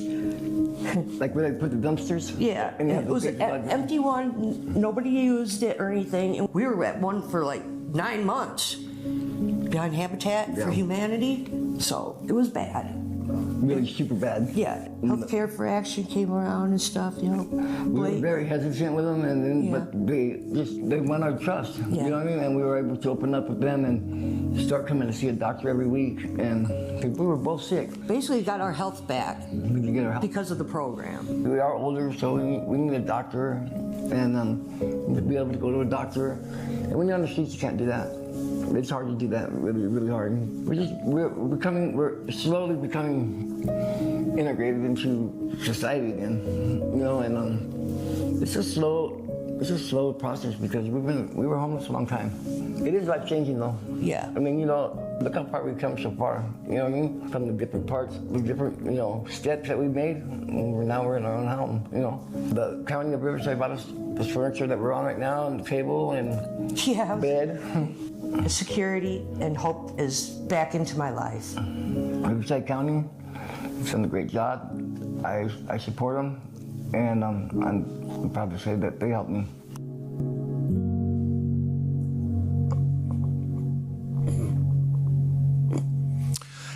In 2016, Murrieta Homeless Services Program began with basically myself and 2 police officers. Today it has grown into a comprehensive regional system that includes seamless street outreach, emergency sheltering, case management, street medicine, street-level mental health, and most importantly, permanent supportive housing. For a low-barrier client across 4 cities, we can move someone into emergency shelter immediately and into a pathway towards housing sustainability. For example, just 2 weeks ago, we secured emergency housing for a family of 7 who had suddenly lost their home. Very few jurisdictions have the capacity to immediately shelter a family of 7. A major contributor to that success is our partnership with Project Touch. Equally important is the partnership with our police department. From Chief Henry's leadership to Sergeant Schmidt's community policing team and our community behavioral health assessment team, Murrieta has built a model collaboration that others across the state actively seek to replicate. And I talk to my counterparts around the state regularly. Some of them would give their left arm to have the relationship that we have with our police department. So it works. What you saw in the video reflects the heart of this work: second chances paired with responsible compassion. We provide a hand up and not a handout. The young father that you saw made a decision to engage with Lindsay and our outreach partners at CityNet. Today, his son wakes up in his own bedroom and prepares for school in a stable home. A mother struggling with addiction made a courageous decision to seek help so her almost 16-year-old daughter could live in a safe environment. Today, they're housed in Wildemar and rebuilding their lives. The mayor and council member Stone may remember Rick and Chandra, whom you met off of Murrieta Hot Springs Road last year. They came to Murrieta after being unable to access help elsewhere. They were living in fear and instability on the streets of Murrieta. Today, they are housed in Palm Desert because of our outreach team. They mentioned an officer. That officer was Paul Sedler, and he stayed engaged and refused to give up on them. This is what the system does. It creates accountability, structure, and opportunities for those willing to take a step forward in order for homelessness to be rare, brief, and non-reoccurring. Murrieta has now achieved and maintained functional zero homelessness for 6 consecutive years, meaning that for every individual willing to move towards housing sustainability, a bed and a pathway exist. I am not aware of many cities in California that can make that claim. But maintaining this level of service comes at a cost, and we are facing headwinds. First, we are seeing a geographic shift. As coastal cities increase enforcement-only approaches, individuals are migrating inland. When we house one person, oftentimes 2 more arrive right behind them. I'm not sure if you caught it this weekend, but former President Obama was quoted on a podcast saying, "We should recognize that the average person doesn't want to have to navigate around a tent city in the middle of downtown. That is a losing political strategy." He was talking about LA. Fortunately, Murrieta and the entire RHA region doesn't have tent cities because of the leadership in this area and a system that works. Second, funding at the state and federal levels remains inconsistent and unstable. The current model places disproportionate risk on cities, forcing local governments to absorb volatility that's created elsewhere. Going into the current biennial budget, the city reduced general fund support for homeless services due to revenue constraints, with the understanding that staff would aggressively pursue grants, regional cost sharing, and stronger county partnerships. I am pleased to report progress is being made. The cities of Wildemar and Murrieta have established a cost-sharing model that benefits both communities. The Regional Homeless Alliance is drafting a 5-city memorandum of understanding that clearly defines responsibilities between those cities and the county. The county has expressed interest in directing District 3's HHAP allocation to support case management and navigation services currently funded by Murrieta. Additionally, we are working with the county on a budget amendment to allow encampment resolution grant funds to support ongoing outreach and emergency shelter capacity. As Lindsay reported, within 1 year, Murrieta Creek has been cleared of encampments. During our most recent site visit just this past Friday, we found 0 new encampments. That is a measurable outcome. The county's approval of a budget amendment will allow us to redirect ERF funds and produce substantial local savings. That's the good news. The challenge before you this evening is the need for general fund commitment to carry the program through the remainder of the fiscal year. Staff understands the fiscal pressures facing the city. However, we believe we are steps away from establishing a funding model that is regional, sustainable, and preserves local control. Your leadership has made this success possible. Because of your support, our staff and partners have built a system that works for families in crisis as well as the broader community. That concludes my comments. We will remain available for any questions. Thank you. I'll turn it over to you, Mayor. Thank you, Mr. Ambrose and Lindsay, for that amazing presentation. I'll bring it up to council for questions, and starting with Councilwoman Stone. Thank you, Mr. Mayor. Brian, I want to commend you for your tenacity. I believe, if I have this correct, you knew nothing about homelessness when you were assigned this task. Is that correct? I definitely drew a short straw and made the best out of it. And what you have created, I don't know if you'll ever really realize what you've created here in Murrieta. You know, I had worked for our 3rd district supervisor as a legislative assistant on women's issues, and homelessness was the top priority. And where I gained my knowledge was that I met this young lady in the audience, Ann Unmuck, and her drive and the passion, the fire she put in my belly to help the underserved. Here we are 20 years later, and she's still fighting for the underserved in our community. But you have a plan of action that is so successful, and I've shared this publicly a million times that I think you walk on water.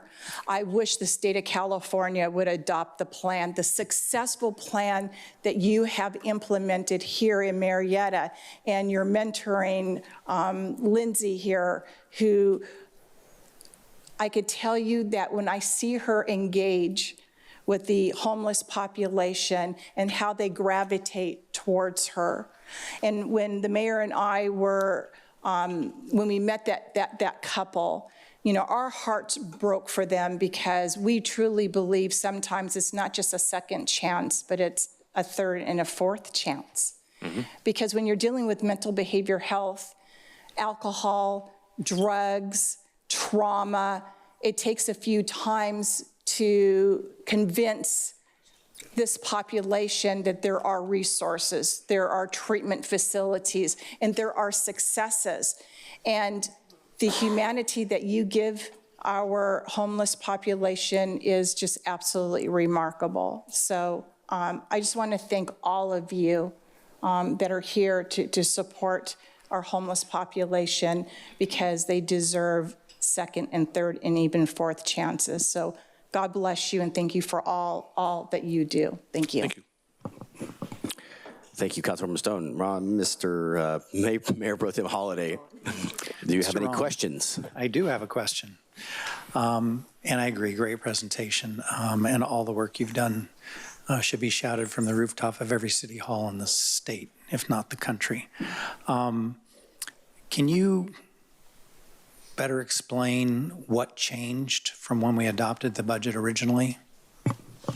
That's requesting the additional $446,000. Correct. So if you remember leading up into 2025, and I'm talking the years 2020 through 2024, we were very fortunate while we were ramping up services and putting this together. You got to remember, we were the first city in Southwest Riverside County through the door. And so we created the system. We created the emergency beds in partnership with Project Touch. We created the agreements with CityNet.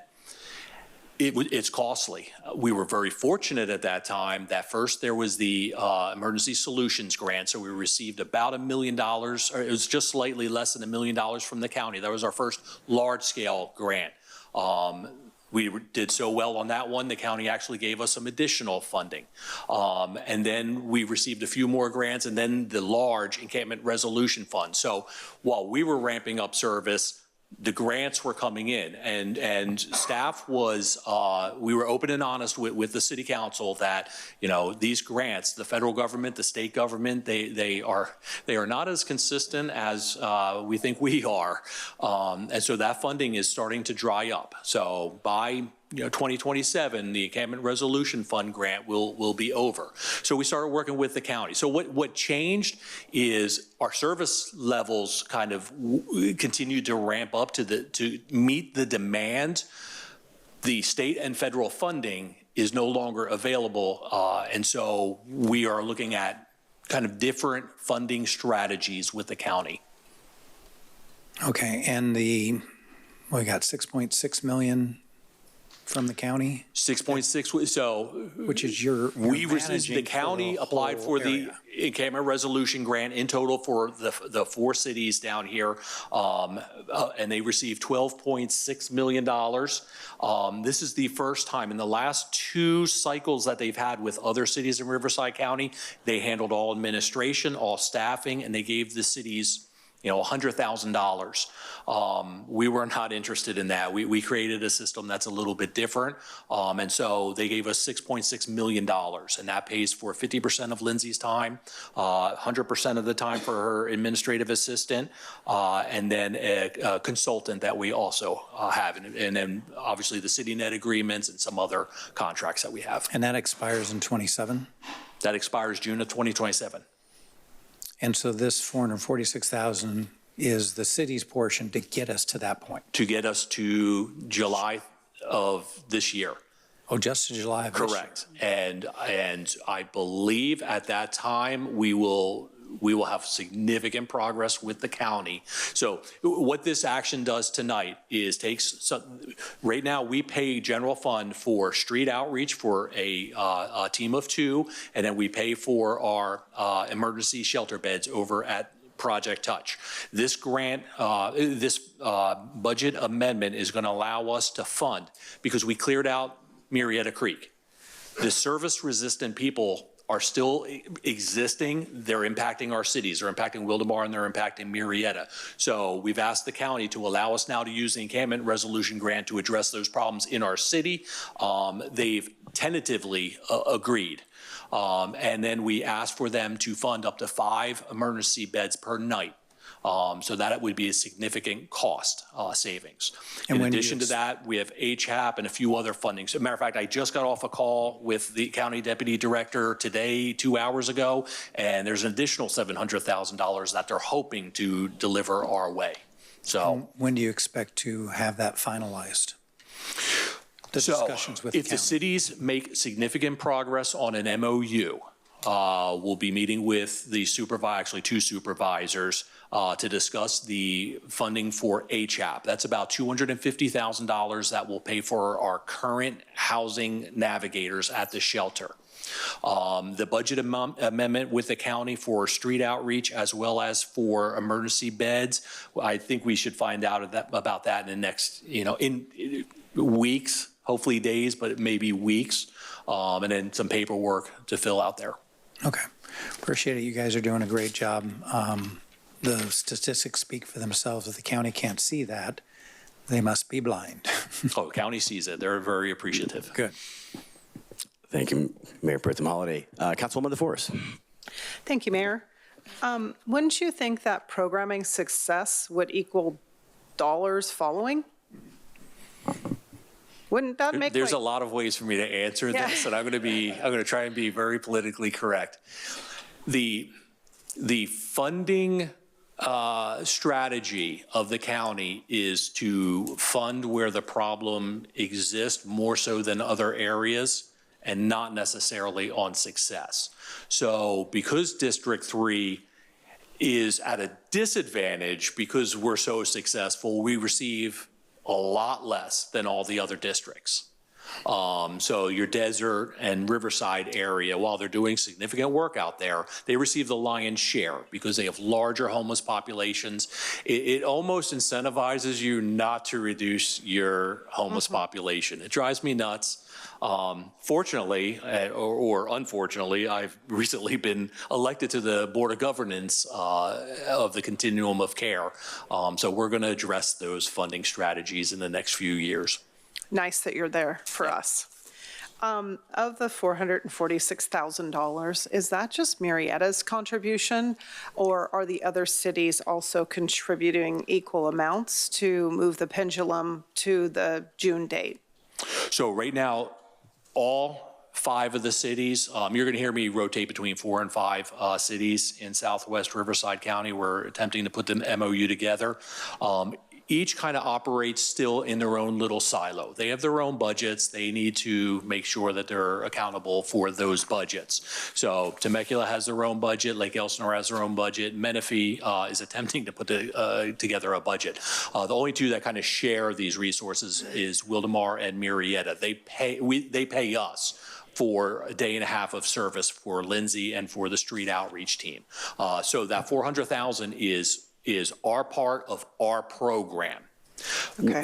You know, the next step that we're taking here is to move it up to that 4 or 5 city program. We're not there just yet. When we get there, There's a chance that we can share street outreach. What we're hoping to do is have the county pay for sheltering beds, and then we take care of the street outreach. It would be consistent, and it would provide clear funding strategies for the 5 cities. Nice. And I know that you've probably answered this question a million times, but just for some clarity and transparency, I noticed when we talk about the MOU among the cities, there's one city that's not involved, but yet it is a sister city to our south. So good news, good progress on that part. The city manager, myself, and a few of the other city managers met last week. Temecula's city manager was in that meeting, and the city of Temecula wants to work towards the MOU. So Nice. We're in the drafting stage right now. We're going to be able to tell in the next 2 months what their level of commitment is. They have their own program. There's a lot of local control issues. All right. Well, thank you again. It's amazing, Lindsay and Ryan. You guys are stellar stars, making a difference in many people's lives. 104 people housed is absolutely incredible. So watching that video, you're changing lives, you're giving hope, and what an amazing thing to be able to end the day with. So I appreciate you so much. Thanks. Thank you. And Councilwoman Warren. Thank you. That's probably one of the best presentations I have seen. That was awesome. Thank you very much, because you do such great work. I wanted to ask a question. I know what the answer is, but I'm not sure the public does. You mentioned bridge housing placements. Could you just elaborate on what that is so the public understands? It could be a lot of things, anything temporary. So it could be shelter, it could be placement in sober living, recuperative care, potentially motel vouchers. So anything to tie them over, get them off the street so we can work on a permanent housing solution. Excellent. I just wanted that to be part of the record so that people understood that. The other thing is, and I know you're working hard with the county, and I understand everybody has a shortfall. The federal, the state, the county, everybody's looking at dollars and cents very hard right now. Does the county by any chance have an emergency fund budget line item that they might be able to look into to help with our shortfall? The short answer there is yes. Okay. There's a couple different grant opportunities. HAP is kind of your state housing prevention dollars. We received our, I think, first allocation last year. We applied for an allocation this year. They were not able to fund the full program we wanted to do, so they asked us to modify it. Unfortunately, they asked us to modify it and increase the service territory to Idlewild and Anza and a few areas we're just not familiar with. And so we politely declined. And so that's $250,000 that we're still in discussions of how can they get it to us and how can they get it to us quickly. Supervisor Washington has been incredibly supportive. But the county and Supervisor Washington want to see the cities discuss what their level of responsibility is, as well as their level of responsibility, which is a smart way to do it. Let's figure this out at the beginning so there's not infighting at the end. I agree. Thank you very much. I don't have any more questions, but I will have a comment before we vote. Okay. Thank you. I have another question, or I have a question from Councilwoman Stone. Brian, the meeting that we were at the library with Councilmember Washington, when I had asked for assistance for the cleanup of the creek. Is that in perpetuity, or is now that the creek is cleaned up, will we not be getting that many any longer? Yeah, no, I was just contacted by flood control, I think last week, and they're going to be renewing that agreement for 3 more years at $75K a year. Thank you so much. Thank you. You're welcome. So I sit on the JPA for Animal Friends and Animal Control for the 5 cities in the county. Is this supposed to behave like that or eventually evolve into an actual JPA with 5 cities in the county? Would you think that's where this will go? So some of the cities have a problem with the word JPA or the kind of that structure. In my mind, the end result is going to look just like a JPA, but it's going to be called an MOU. Okay. That being said, it will be with street outreach. Each city at this point wants to look into their own emergency sheltering beds, and they're doing a great job. I mean, Wildemar, I cannot give enough credit for the work that the city of Wildemar has done. They have cited Tres Lagos for permanent supportive housing, which has housed a lot of our long-term chronic homeless. They are citing a new family shelter with Project Touch that has already broken ground. They have done an amazing amount of work. City of Lake Elsinore started the anchor before anyone else did outside of Project Touch. So they put they put their money where their mouth is. So it seems that the JPA with the animal control effort, where most cities are kind of like, we don't want to do this scenario seems to be that cities kind of want to be involved with that portion of that control element, I guess. Yes, as long as they abide by some rules, such as entering into HMIS, which is a homeless management information system. It's the database that we enter into. Currently, one of the cities does not enter into that, and that's a non-starter for us. We need data. You cannot make positive change if you don't have that data. If I don't know what John Doe, where he's been in Lake Elsinore and Wildemar and the resources that he's gotten from there, and he comes into Murrieta, I'm at an automatic disadvantage. Yeah. So therefore, I need that data. And HIMS, is that federal or statewide? It's state. Well, HMIS is a platform, and so each county has their own HMIS. So I think it's federal, though. Yeah. Probably a data housing absolutely source. Yeah. Okay. Okay, I don't have any more questions. Thank you very much for the presentation. At this time, we'll ask for public comments.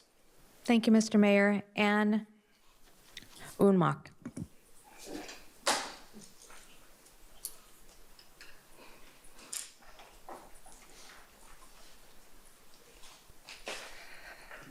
Good evening, Mr. Mayor and City Council, and thank you for all of your support that you give to Brian and Lindsay. I can already tell you know how extremely blessed you are to have them. They are rock stars. Doing homelessness for 23 years, these nights make my heart just float. I love it. Moving forward, I get fiscal responsibility because I sign all the checks in our organization. I totally get the responsibility of the city. I'm just going to tell you what's happening in this city through the leadership of Brian, Lindsay, and these Tuesday morning meetings where Sergeant Schmidt is there. You have Healthcare in Action, CityNet, Veterans Representative, Probation, and our shelter.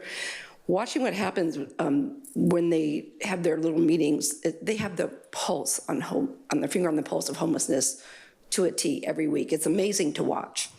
So, moving forward, I know the hearts of many of you, how you support this, but I respect your responsibility for city funds.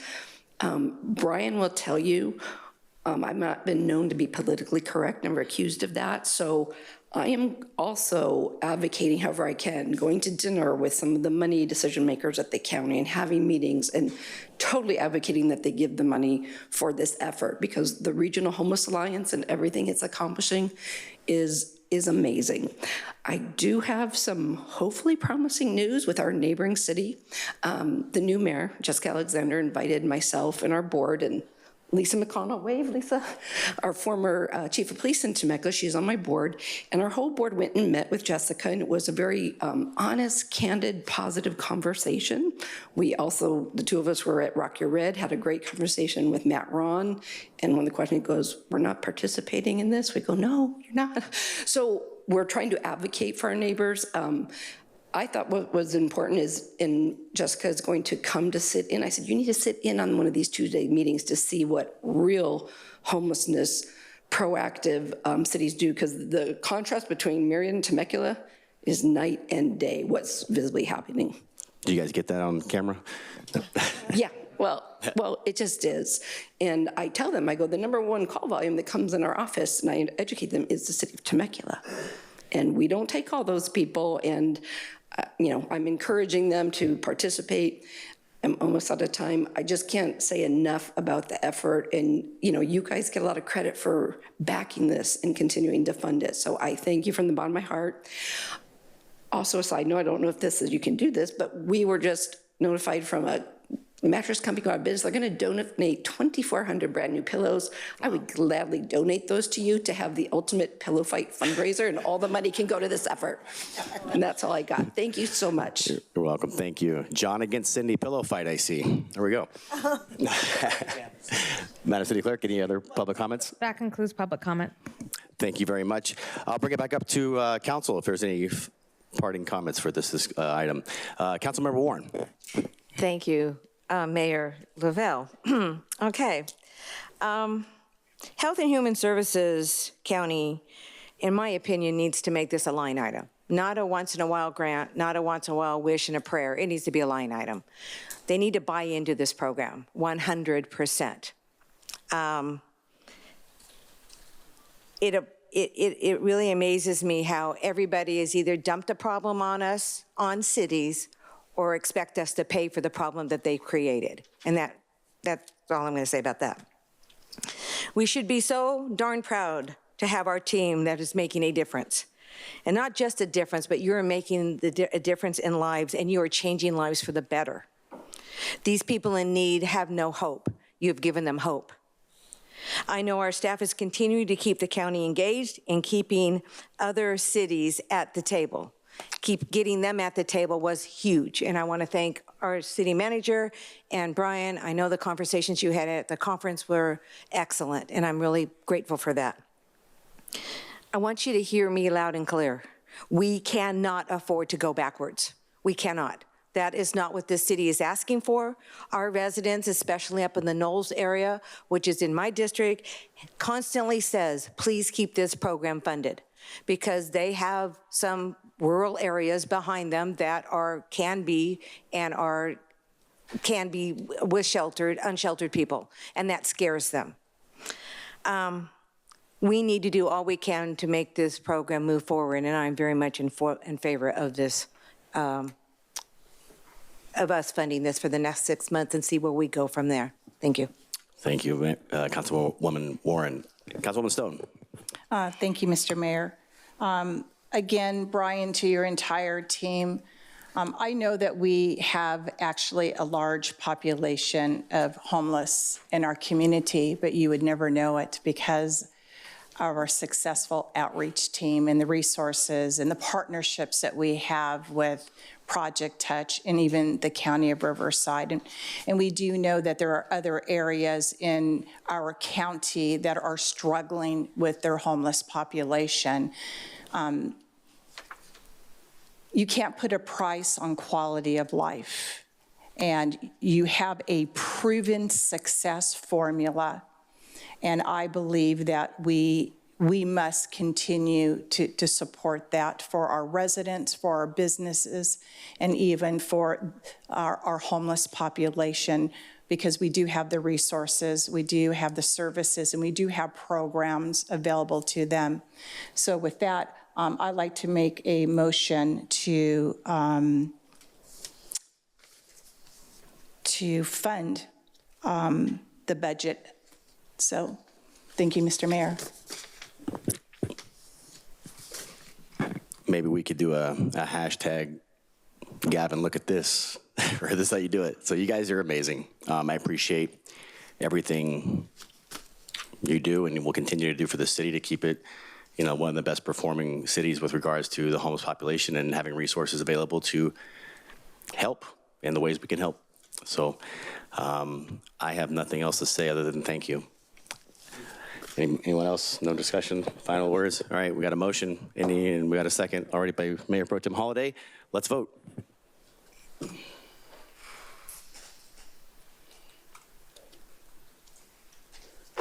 Motion carries unanimously, 5-0.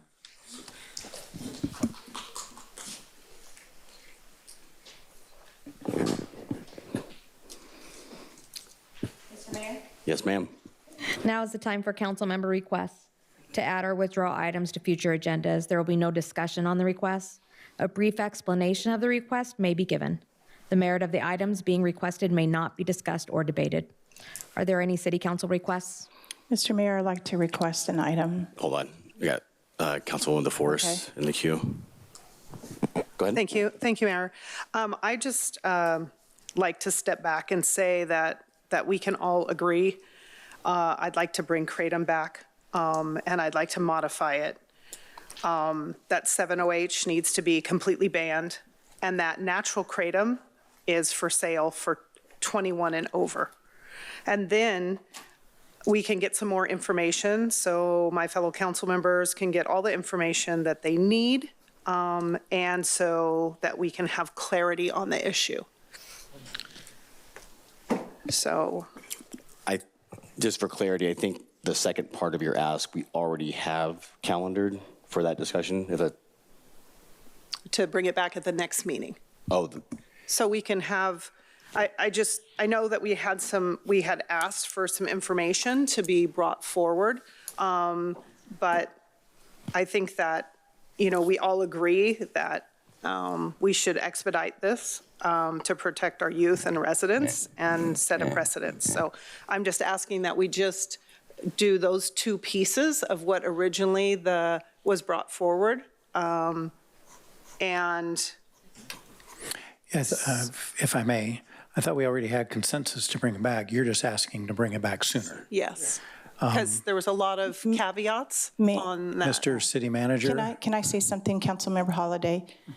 Actually, Council DeForest and I are on the same page.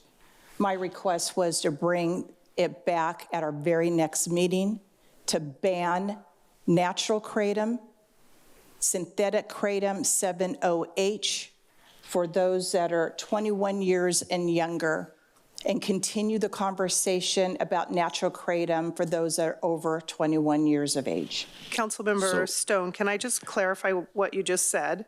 Because I think that there was a little discrepancy. We can discuss the parameters of that at the actual meeting. I don't think we need that fine a detail. My concern is, are you ready, Mr. City Manager? So I think where we do need clarity, if we're to bring back what we had already planned as a discussion on kratom that would outline not only the variety of legislative actions, banning only for certain persons of a certain age, et cetera, but additional information that council asked for. To the extent there's consensus to accelerate and first bring back a partial ban for, say, those 21 years and under, we can certainly do that while queuing up the more elaborate conversation for council's consideration of a more significant ban. Yeah, but for instance. So that's what I'm hearing is 7-OH and total ban on 7-OH, and then 21 and over natural kratom. Is that Councilmember Stone? Is that? Yeah, so let me repeat what I would like to have. 21 years and younger. Hold on, Ms. Stone. Yeah. All you need to answer is, do you agree with her, not what you want? I'm not really understanding what she's saying. That's why I'm clarifying. As long as it's 21 and younger, or under 21, the ban of natural kratom and the synthetic 7-OH, I would like that to be agendized, and then we will continue the discussion of the natural kratom in the future. I think I'm hearing the same thing. Right? Yes. Okay, awesome. Then we have consensus, I think, with every single person. Yeah, thank you. Awesome. Thank you. Okay, great. I also have another request, sir. Hold on. Are you done? I'm good. Okay. Yes, thank you, Mayor. All right. In the queue, I don't have anybody, but Ms. Stone, you're right. Let me okay, thank you, Mr. Mayor. In addition, let me find my notes here. In addition, I would like to have a conversation of signage. Hold on. This is for reconsideration of previous added? No. No, Mr. Mayor, we're still on add or withdraw future agenda Okay, items. my apologies, sorry. That's okay. So what I'd like to do is I'd like to have a discussion signage on our smoke shops, or actually any retail store that sells tobacco.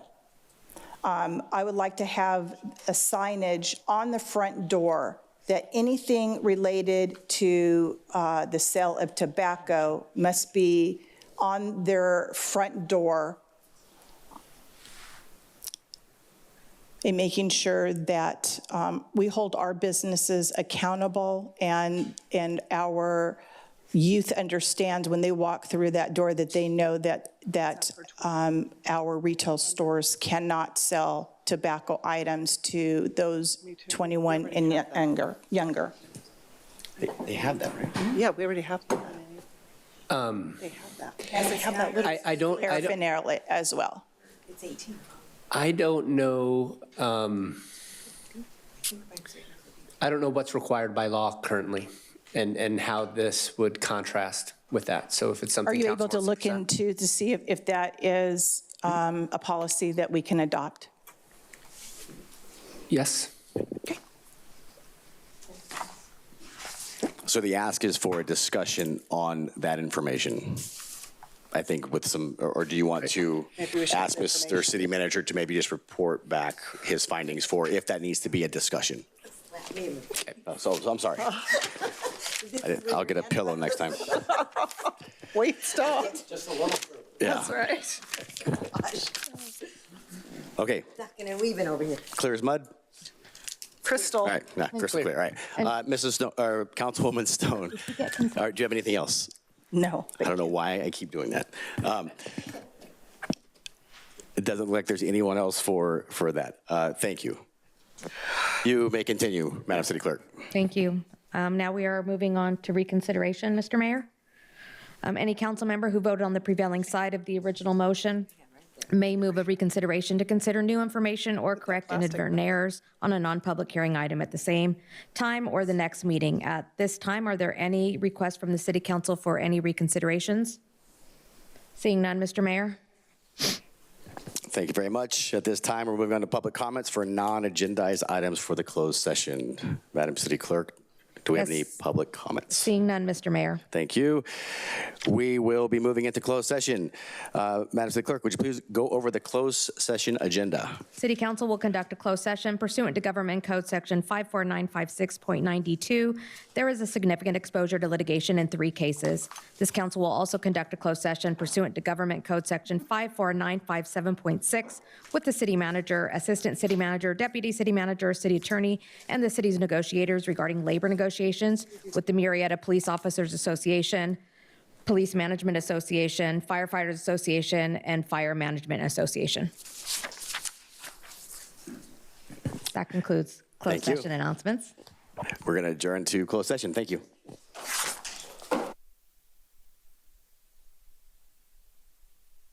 Reconvening from closed session. Can I please get a roll call? Councilmember Warren. Here. Councilmember DeForest. Here. Councilmember Stone. Here. Mayor Pro Tem Holliday. Here. Mayor Lavelle. Here. Let the record reflect that all members are present. Madam City Attorney, can you please give a report out on closed session? Yes, Mayor. The City Council met in closed session on 4 items. The first was to confer with legal counsel regarding anticipated litigation in 3 cases pursuant to Government Code Section 54956.9D2. On these 3 items, the council was briefed on facts and given an opportunity to ask questions. There's no reportable action. The 4th item was to confer with labor negotiators pursuant to upcoming negotiations with the Murrieta Police Officers Association, the Murrieta Police Management Association, and the Murrieta Firefighter Association, as well as the Murrieta Fire Management Association. This was pursuant to Government Code Section 54957.6. Council was updated. No reportable action. Thank you.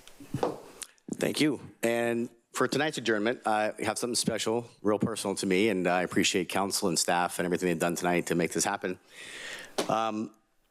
It's a commemoration of Aiden Zing. Aiden's family is joining us tonight. Unfortunately, his mom, Sherry, I think she's watching on Facebook with the other 3 people, but she got stuck in Texas driving back, and we wish she was here, but I'm glad she's watching now. I'm going to read the plaque we had made for you guys. Mayor Lavelle and City Council commemorate the life of Aiden Zing, who was taken from us far too soon. Aiden touched the lives of all who knew him, bringing light and warmth not only into his family and friends, but to the whole community. Motocross was one of his greatest passions, reflecting his determination, courage, and vibrant spirit.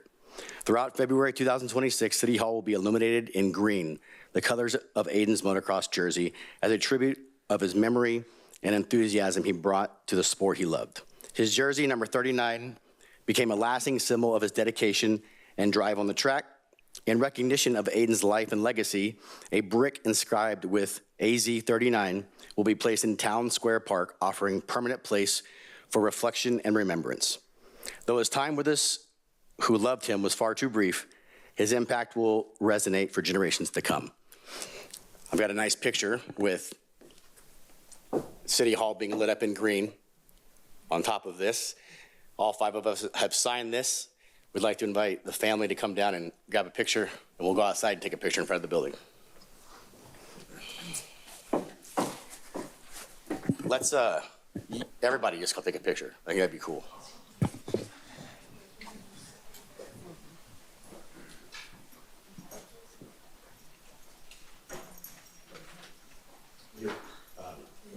Yes.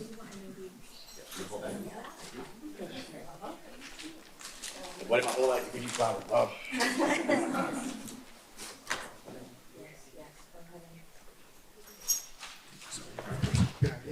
Come on this way.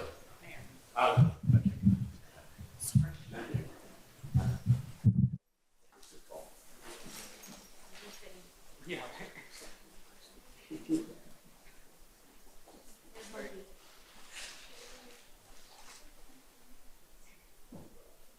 Can we Photoshop Sherry in here? Absolutely. All over here. 1, 2, 3. 2 more just in case. All right, last one. 1, 2, 3.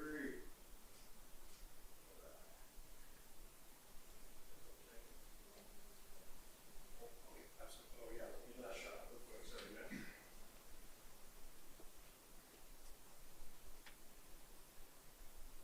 Last one. 1, 2, 3.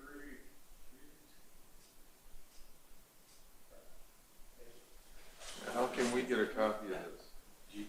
A copy of the pictures? Yeah. I'll make sure you get a copy. Do you want to say anything? That's your, anybody? Anybody can say it. I appreciate it. Thank you so much for taking the time to do this. Yeah, thank you guys for coming. Really appreciate it. It's where I grew up, and you, like everybody in this room, it was meant the world. So thank you very much. Thanks. I just want to say thank you for doing this and just mention that all of us here, you know, we're laughing out front and smiling. We know that Aiden's in heaven and we have that hope, the hope of heaven. But yeah, we just appreciate you guys doing this, and we can remember him this way, and people can come here and check that out. It'll be really cool. Yeah, thank you. Yeah. That's awesome, Your Highness. Is that what you make them call you? That's the new name that we need to talk. That nickname has been 20 years in the making, so. We need to squash it. He told us we had to call him. Yeah, well, we don't listen. No, thank you. That was very, very nice and thoughtful of you, and that was very heartfelt. Thank you. Yeah, it was, because it is. I appreciate you guys being here, and we'll keep saying his name. That's all we can do. Okay. Want to take a picture outside? Yeah. Going outside? Is the outside? We're doing that? Yeah. Yeah, Jason, if you don't mind on the microphone, if you don't mind adjourning. Oh, sorry. This is the most important. Do I need to hit something? This meeting is now adjourned.